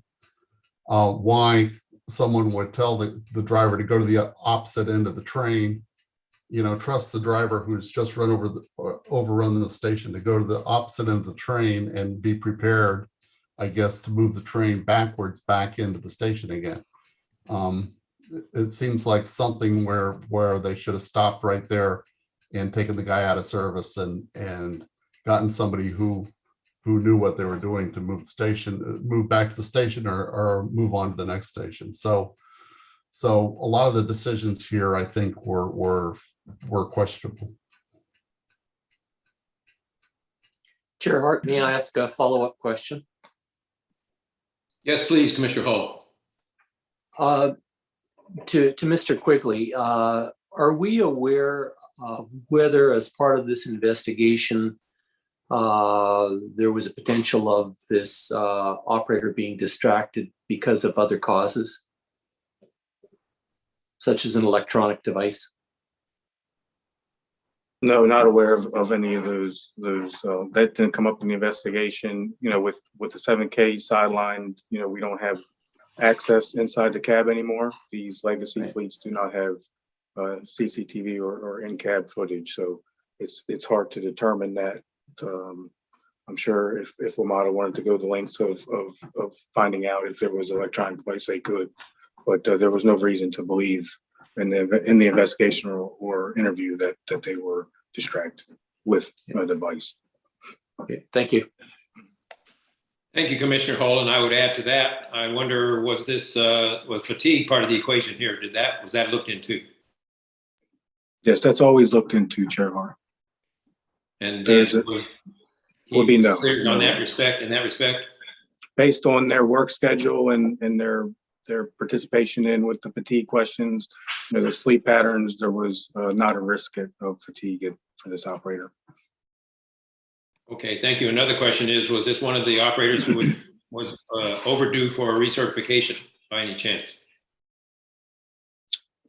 I believe they were in compliance. This individual was in compliance. Okay, thank you. Any other questions on this accident investigation? One item, Chair, had to reinforce to address a question that Commissioner Lobby raised is why this individual was allowed to do any further train handling after the station overrun took place. To reemphasize something that we had shared earlier in this presentation is that Metro understands that this is a gap, and therefore they have addressed it through a standard operating procedure on station overrun responses, which now prevents train operators from operating a train that has been involved in a station overrun anywhere beyond the next station, where they are instructed to operate it at restricted speed to the next station up, and then the train is taken out of service and the train operator is taken out of service for investigation. So I believe that addresses the gap that Commissioner Lobby was raising just now. Well, thank you. And to that point, I think it's it would be pretty difficult to do something unless the train is in a station. It'd be pretty difficult to replace the operator if the train's not in the station. And plus then it would inconvenience the passengers because they're stuck in the train. So I can certainly understand why you'd want to put the train in a station before taking any further action. Any further questions regarding this event? All right, thank you. That was a very good discussion. Hearing no further questions on this one, I'm going to move on to track and structures expert, Mr. Jermaine Walker, for the next report. Mr. Walker. Thank you, Chair Hart. Investigation Whiskey 0164 involved an improper roadway worker protection event on an orange line in Prince George's County on January 29th, 2022. In this event, a Metro Rail retaining wall inspection crew moved through a hotspot without the required roadway worker protection necessary to assure their safety from oncoming trains. The crew was made up of an inspector serving as the roadway worker in charge, another inspector, and a designated watchman lookout on the roadway, and an advanced mobile flagger properly positioned at the station platform. The crew had noted a hotspot requiring foul time protection on a roadway job safety briefing form. However, they had noted the hotspot location that is on the opposite track from the one they were walking on. No member of the crew identified this discrepancy. The information recorded on the form included only the numerical parts of the chain markers that are based on a distance from Metro Center. It did not list the track number. Still, as Metro Rail requires personnel to walk against the normal flow of train traffic, the order of the chain marker numbers demonstrated the recorded hotspot was for personnel on the opposite track. Even though a hotspot requiring foul time was noted on the job safety briefing form, the crew did not request foul time at any point between Cheverly and Landover stations. The crew reached Landover Station and reported they were done with their work for the day. A few minutes later, the ROC radio controller realized the crew must have passed through this hotspot without requesting foul time and correctly reported this event. Data system playback shows 2 trains passed the hotspot location while the crew was between Cheverly and Landover stations. The crew had sufficient time to have reached the hotspot location at the time these trains passed. Neither train operator nor the crew reported a near miss or other safety issues. The investigation could not determine a specific location of the crew when these trains passed the hotspot. Metro Rail did not report this event within the required 2-hour notification window. The WMSC investigations team continues to work with Metro Rail to reduce these instances. The probable cause of this event is a lack of effective physical characteristics training and territory familiarization for roadway workers, including familiarization with specific hotspots and the track access guide. Contributing to this event was the lack of effective participation in job safety briefings by members of Metro Rail work crews. Metro Rail is developing a safety bulletin focused on the importance of each member of the work crew checking information on a job safety briefing form against their own RWP quick access guide.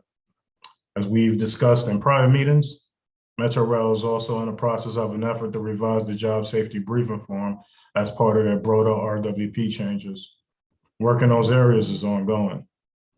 The WMSC notes that in addition to previously identified items, this investigation suggests the form should clearly require the track and line identifications, as well as numerical identifications to be included for all entered chain markers.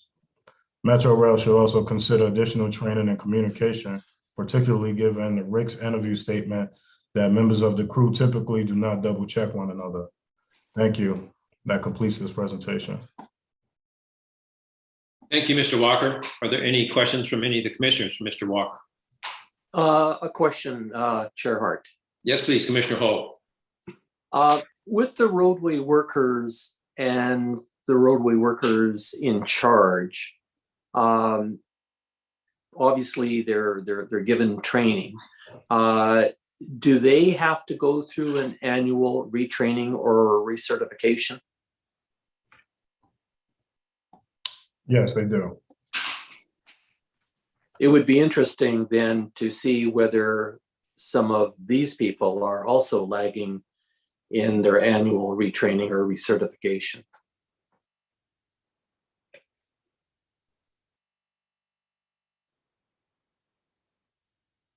Commissioner Hall, so there is, as we start our new triennial cycle that kicks into gear on the 1st of June or so,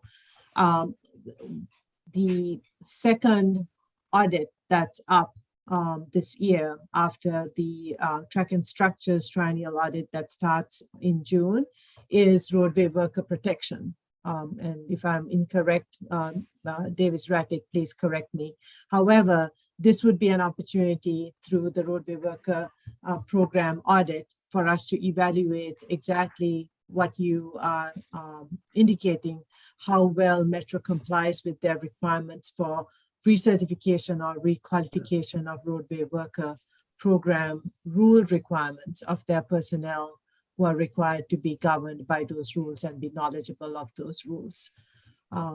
There was an instance back in 2015 when the FTA conducted its safety management inspection following the LaFont accident, where FTA did discover that there was over 80% of individuals who were required to hold roadway worker protection credentials were outside of the compliance timeframe. And Metro launched into an aggressive campaign to bring all of those individuals into compliance and to maintain their roadway worker credentials within the timeframe specified in their governing requirements. So this would be something that we would be looking at more methodically during the roadway worker protection audit, the triennial audit, but we can certainly look at that information even in the near term to understand the state of condition there.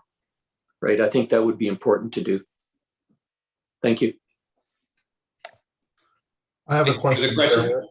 Yes, go ahead, Commissioner Lobby. In the summary of this accident, it's there's a sentence in here that says the crew also did not visually identify this hotspot while walking through it. Are there signs or something in there that the workers can see that identify this area as a hotspot, like this is a hotspot, do not enter without foul time or whatever? There, besides physically seeing a no clearance sign, the access guide would provide that information to you. And Adam, correct me if I'm wrong, but that location in particular, that it is it's a location where the clearance is very small, and you have to stand in the middle of the track at that location, and you have trains on both sides, which I also believe may require an AMF on both sides for trains going in both directions, which is why that particular location would be a hot spot. You have to get up pretty high in the middle of the I'm losing the name of the walkway there, but it's just not a lot of room there. So you would just know. I mean, in my experience, let me say, in my experience, you would kind of know that location is a hotspot as you transition from the ballasted section to that direct fixation location. And anybody, at least track personnel, are aware of that. This crew, just failed to recognize that in their access guide and in practice as they were going out there to perform their work.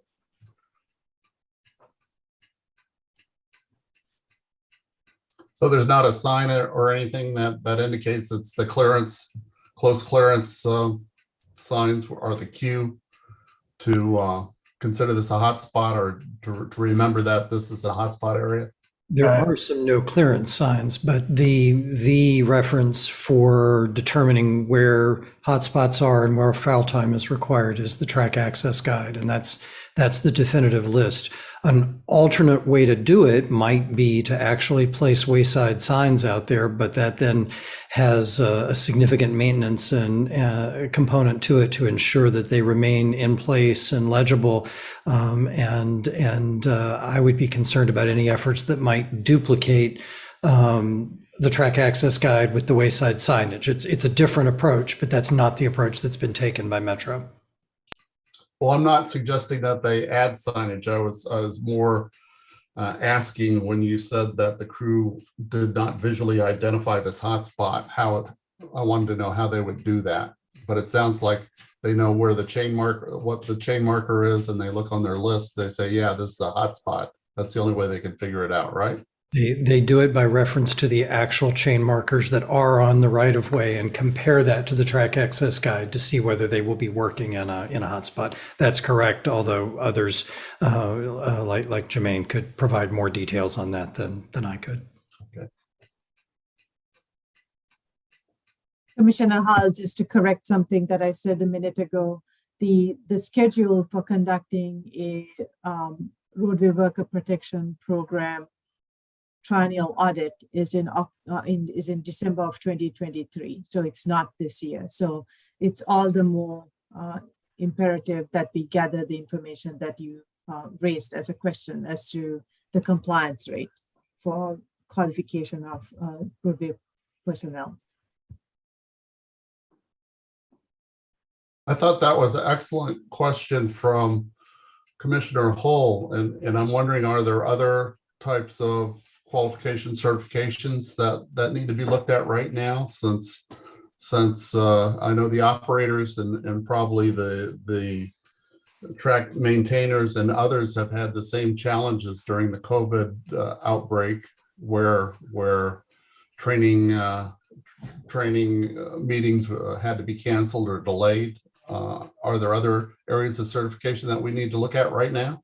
I'll ask other staff to reply, but do bear in mind that we don't believe that the pandemic was a cause for, it certainly presented challenges, but it was not solely the cause for train operators going out of certification. But certainly ask other staff members to talk.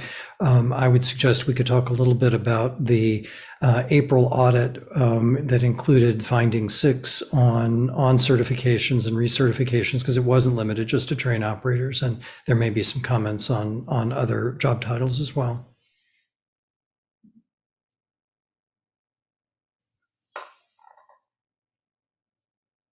I can say that the ROC is keeping up with their control of, recertifications.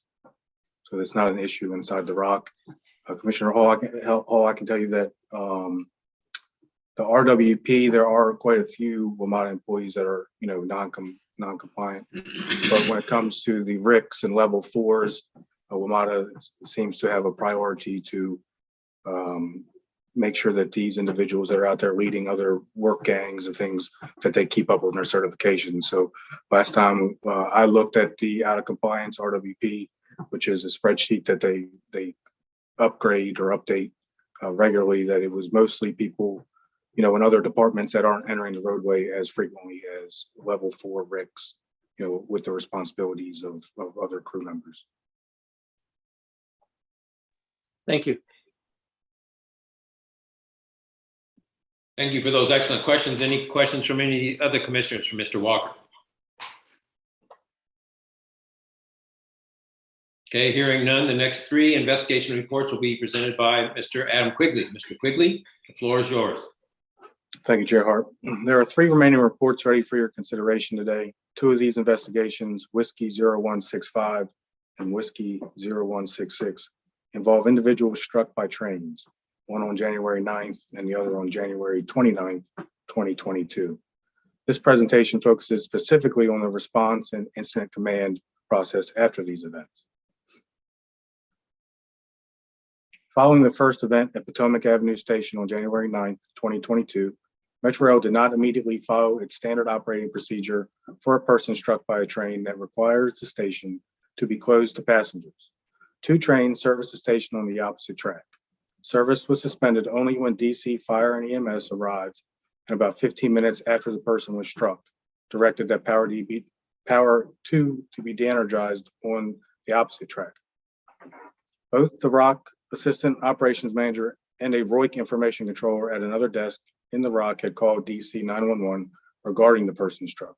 Both calls provided similar information, but the calls were not coordinated. The investigation identified incident command system deficiencies and related communications process deficiencies. MTPD established on-scene command despite DC Fire and EMS having established incident command. Metro Rail, including ROC, Traction Power, MTPD, also experienced confusion about which WMATA department was controlling a scene, the authorization for red tag power outage changes, and other safety requirements. Based on the timing of these concerns, the confusion appears to have included communication from the Mission Assurance Coordinator, MAC, a position Metro Rail has described as existing in part to prevent such confusion. MTPD had not recorded any transfer of incident command to rail transportation or clearance for an additional activities on the scene. The hot wash, though, stated that MTPD had authorized the transfer at that time. At 11:43 p.m., MTPD determined that a red tag power outage request had been authorized improperly. The ROC Operations Manager stated that they believed MTPD had transferred the scene to ARTRA more than an hour earlier. MTPD and the MAC had no records of such a transfer. Still, the ROC Operations Manager had initiated a red tag at approximately 10:44 p.m. that was later executed at 11:57 p.m.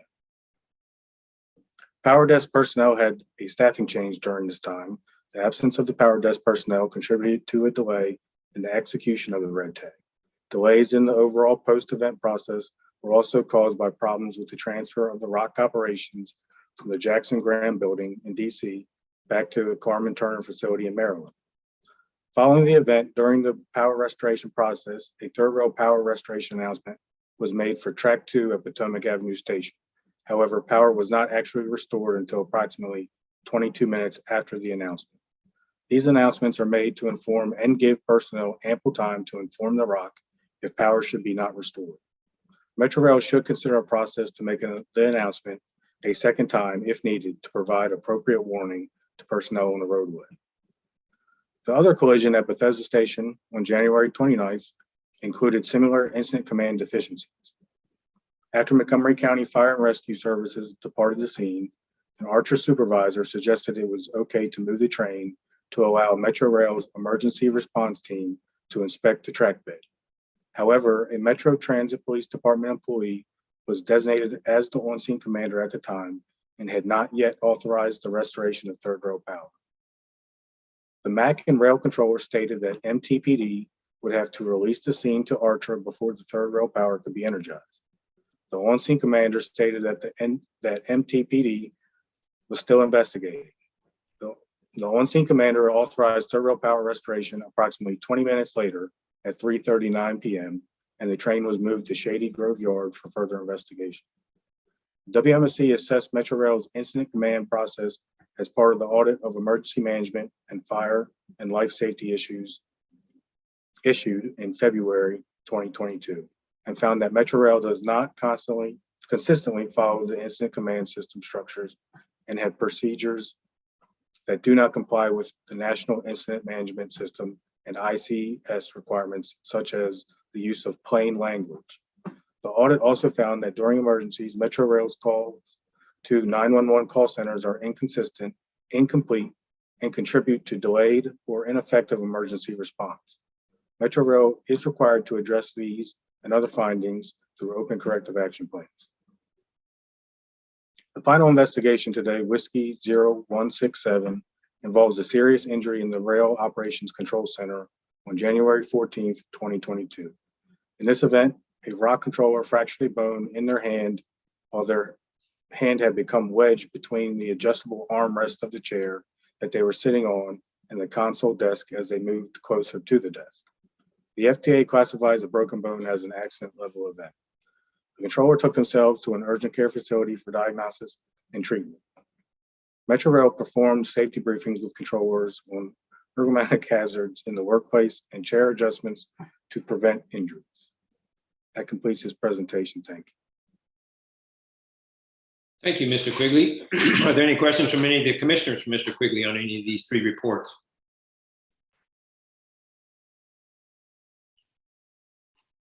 I'm just curious, what role does OSHA play in workforce injuries that aren't related to transportation as such?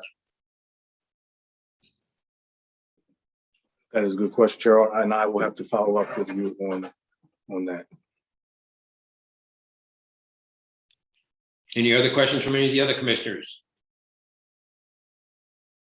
No, I'd be interested. I want to bring these to a vote. I want to look to see whether any of the commissioners want to segregate any of these reports for the purposes of approval. I am uneasy about the station overruns because it seems to me that's maybe when a slippery track, that's one thing, but just to arrive too fast, that it's not like the station comes up on you on surprise. These are kinds of eye rollers. I don't really understand how someone can overrun a station aside from the slippery track situation. But I'm not sure exactly what to do about my uneasiness. It just seems to me these are eye rollers on why these things would be happening. But let me open it up for conversation. First, let me start to see if there's a motion to adopt the 7 investigation reports we've just heard about.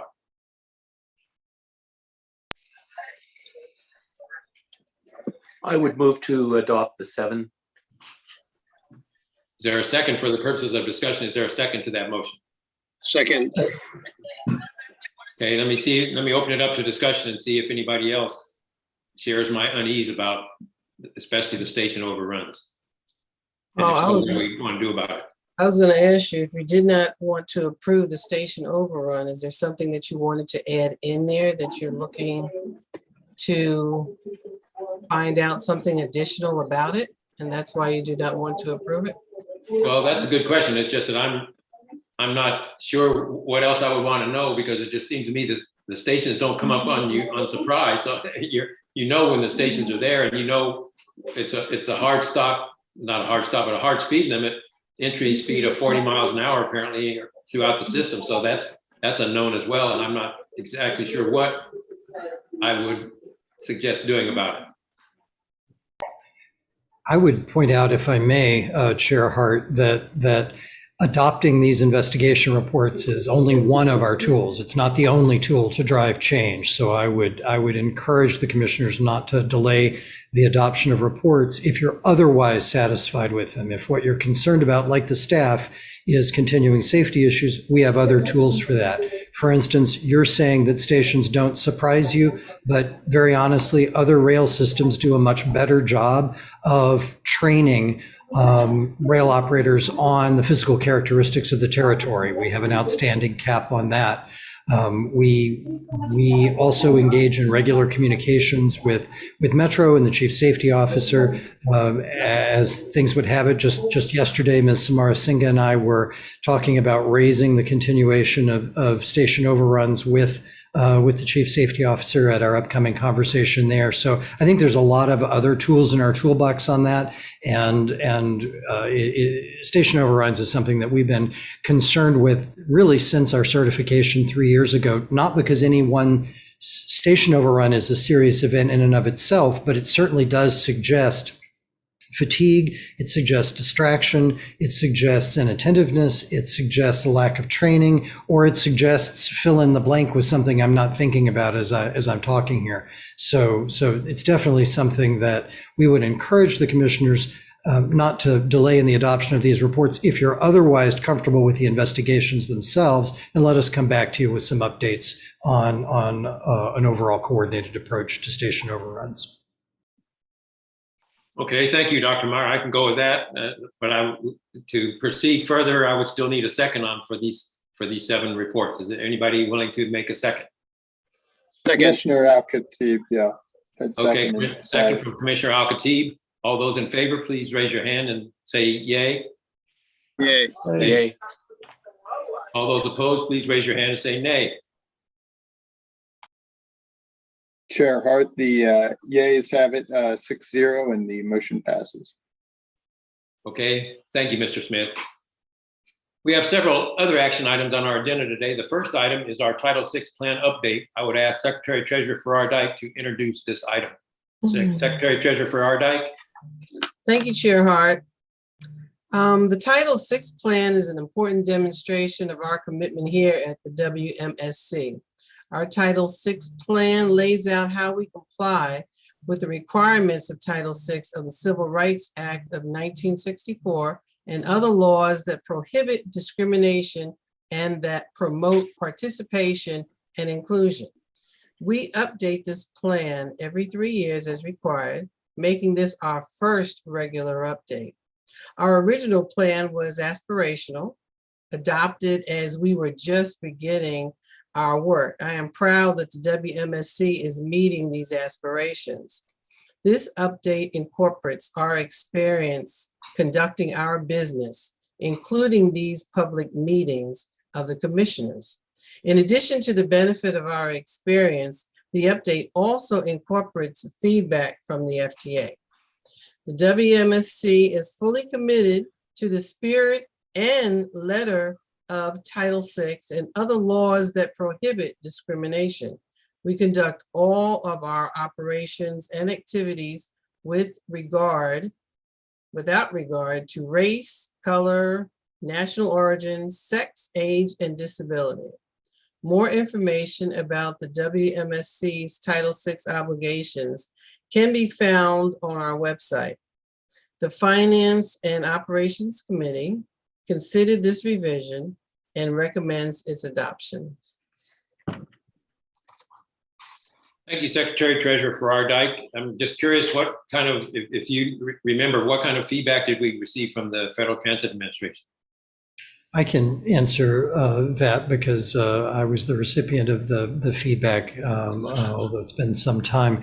We got some feedback on the extent to which we were required to provide language assistance to individuals who maybe have low English proficiency, and we also got some feedback on a specific 4-factor analysis that we did to determine compliance with other outreach activities, and we tried to tune up the plan in that regard. We also received some feedback on whether or not we are required to have a minority outreach plan.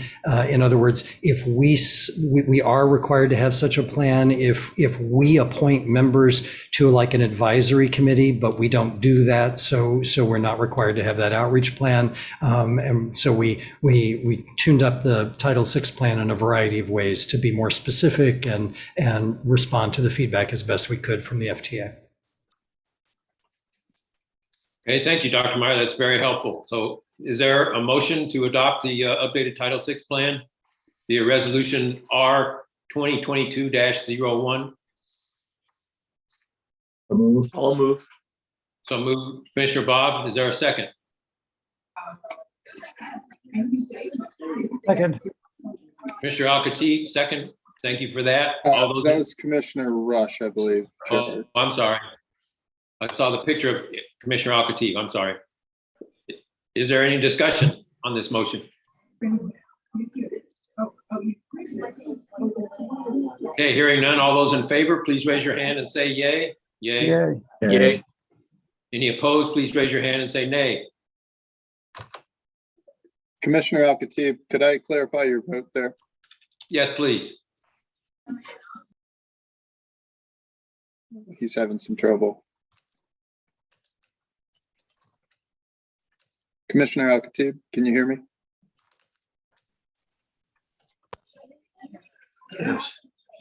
Yes, okay, thank you. Chair Hart, the motion passes 6-0 and carries. Okay, thank you, Mr. Smith. Our next item on the agenda is our 2 annual reports. Washington Metro Rail Safety Commission continued our oversight work in 2021, which is helping Metro Rail achieve substantial safety improvements through ongoing collaboration, safety audits, inspections, and safety event investigations. The WMSC's ongoing work regarding the safety of the 7000 series rail cars, including serving as a party to the NTSB-led investigation into the October 12 derailment, has led to some of the most far-reaching enforcement action that the WMSC has taken since assuming direct safety oversight of Metro Rail in March of 2019. On an ongoing basis, the WMSC communicates with Metro Rail and monitors Metro Rail's compliance with its own requirements, such as its return to service plan. As we continue our work on the 7000 series rail cars, we also continue our safety oversight work throughout the Metro Rail system through inspections, safety audits, and other activities. Our audit work has found that WMATA lacks adequate coordination and communication across departments. It is important for Metro Rail to identify and implement improvements in collaboration with employees at every level. If all of those involved are on the same page and work collaboratively rather than keeping their concerns and remedies siloed and tightly controlled within their respective departments, they will be more able to develop and implement effective safety improvement ideas while avoiding potential unintended consequences. This collaboration is required under the Safety Management System, or SMS, approach embodied in Metro Rail's Public Transportation Agency Safety Plan, or PTAS. Conducting all work safely while continuing to take all reasonable precautions related to COVID-19 helped the WMSC continue this important work with WMATA to continually improve the safety of the Metro Rail system for the riders, workers, first responders, and others who depend on it. Dr. Meyer, do you have any additional remarks on these two annual reports?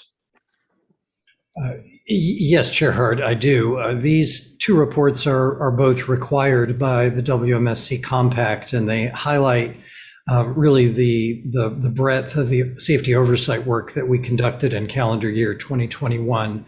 The 2 reports are an annual report on our own WMSC operations and a separate report specifically focused on the safety of the WMATA rail system in 2021. These reports detail the status of Metro Rail safety in 2021, describe our ongoing strategies for ensuring that Metro Rail continuously improves its safety, outline where Metro Rail stands, and discuss some examples of future work, such as our continuing oversight of Metro Rail safety certification processes. These reports are in addition to our annual data report to the FTA through its State Safety Oversight Reporting Tool, or SSOR. We submit that technical data to the FTA as required ahead of its March 15 deadline each year. Upon adoption, both the WMSC operations report and the report on the safety of the WMATA rail system will be sent as required by law to leaders in DC, Virginia, Maryland, and the federal government. And they'll also be provided to WMATA leadership, including the board and, of course, to members of the general public. Our team worked quite hard in 2021 and continued to identify Metro Rail safety issues that WMATA is required to correct. Our work included issuing six in-depth audit reports, expanding our team with key positions that make our organization more effective, and many other oversight activities. The 6 audit reports issued in 2021 identify safety deficiencies that Metro Rail is required to address through corrective action plans. For example, these audits identified that Metro Rail is not meeting its fitness for duty requirements, not following its own safety certification procedures, and not providing and completing specific required training and inspections across multiple disciplines. Metro Rail also completed implementation in 2021 of 40 corrective action plans that improved the safety of the system by addressing safety issues. The report on the safety of the Metro Rail system in 2021 gives a high-level snapshot of the safety performance and also outlines WMATA's progress on instituting the required top-to-bottom safety management system approach, or SMS approach, which is specified in Metro Rail's agency safety plan. It requires a strong culture with commitment to safety from every person in the organization and clear communication to drive continuous improvement. As we identified as recently as the order we issued last week, Metro Rail has significant work to do to achieve the culture that's necessary for safety. As the state safety oversight agency that oversees Metro Rail, we drive some of this change through our audits, safety investigations, inspections, and the oversight of CAPS, safety certification, and emergency management. We issue directives and orders or take other enforcement action when necessary. We acted on this responsibility in October and December of 2021 through our orders requiring Metro Rail to remove all 7,000 series rail cars from passenger service until Metro Rail developed and implemented a plan to safely return each rail car to service. The October order followed our response to the scene of the October 12th derailment and subsequent information identified in the NTSB investigation, and we remain, of course, an active party to that investigation. The second order in December followed our independent oversight work identifying that Metro Rail was not following its own return to service plan that we'd accepted just 2 weeks earlier. These reports provide high-level summaries of our work. You can always find more about our work at our website, WMSC.gov. The WMSC continues to make substantial progress as we proactively work with WMATA to help continuously improve the safety of the system for riders, workers, first responders, and others who depend on it. This work, as demonstrated last week, includes continuing oversight. We do not simply move from issue to issue. We follow up and we continue to monitor Metro Rail's safety performance on an ongoing basis. We'll continue our work with new Metro Rail leadership, of course, to ensure that WMATA maintains and acts upon its commitment to continuously improve safety. In addition to our safety responsibilities as an independent agency, our streamlined team also handles agency finances and other aspects of our operations. We operate thanks to the support of direct funding from Virginia, Maryland, and the District of Columbia, and also from related federal grants. I'm proud that we continue to receive clean financial audits. I would like to especially thank the commissioners for entrusting me and our dedicated team with such an important safety responsibility for the region and the nation's capital, ensuring that WMATA is continually improving to make the Metro Rail system as safe as possible. We're committed to the safety of every Metro Rail rider, employer, and contractor, as well as anyone else who comes in contact with the system. Thank you, Dr. Meyer. Are there any questions from any of the commissioners regarding these two reports? Hearing none, is there a motion to approve and publish the annual safety report and the annual report of operations? So moved.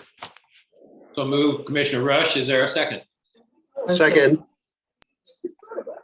Second, but I didn't see who from. Commissioner Alkatib. Commissioner Alkatib, thank you. All those in favor, please raise your hand and say yay. Yay. Yay. Any opposed, please raise your hand and say nay. The vote is 6-0, Chair Hart, and the motion carries. Thank you, Mr. Smith. Our next action today relates to the consideration of WMSC's fiscal year 2023 budget. Secretary Treasurer Farrar Dyke, would you like to provide an overview for us? Thank you, Chair Hart. The Finance and Operations Committee reviewed this final budget during our meeting on May 3rd, and our committee recommends approval. This is the conclusion of a required months-long process that included development and distribution of the draft work plan and budget last fall, review, input, and sign-off from the jurisdictions, and the process now culminates in today's final approval vote. The fiscal year 2023 budget covers July 1, 2022 to June 30, 2023. As Dr. Meyer noted, the WMSC conducted significant work last year under our current and approved previous budgets. This budget positions the WMSC to continue to build on that work in the coming year and years to come. Mr. Angie, did you have anything else to add as the Chief Financial Officer? Thank you, Secretary Treasurer Farrar. We worked extremely hard to make sure that next year's fiscal year's budget provides for our continued success in our safety work and financial management. The fiscal year 2023 budget before you today totals $5.975 million. The largest share of the budget goes to paying salaries and benefits for our staff. This budget was completed following all provisions in the Master Funding Agreement in coordination with Maryland, Virginia, and the District of Columbia. As you noted, this budget was submitted and reviewed by the Finance and Operations Committee, which has recommended this budget for adoption. Thank you, Secretary Treasurer Farrar and CFO Angie. Are there any questions from any of the commissioners for Secretary Treasurer or the CFO? Okay, seeing none, is there a motion to adopt the WMSC's fiscal year 2023 budget via resolution R 2022-02? Move. So move, Commissioner Hall. Is there a second? Second. Thank you. For the second, all those in favor, is there any discussion? All those in favor, please raise your hand and say aye, say yay. Yay. Yay. Any opposed, please raise your hand and say nay. Chair Hart, the motion passes 6-0 and is approved. Thank you, Mr. Smith. That completes the public portion of the business of our meeting today. As a reminder, you can always report any concerns, any safety concerns through our website, wmsc.gov, through our social media channels like Twitter, Instagram, and Facebook, or by email. We expect to hold our next public meeting on June the 28th. Probably remotely, but to be determined.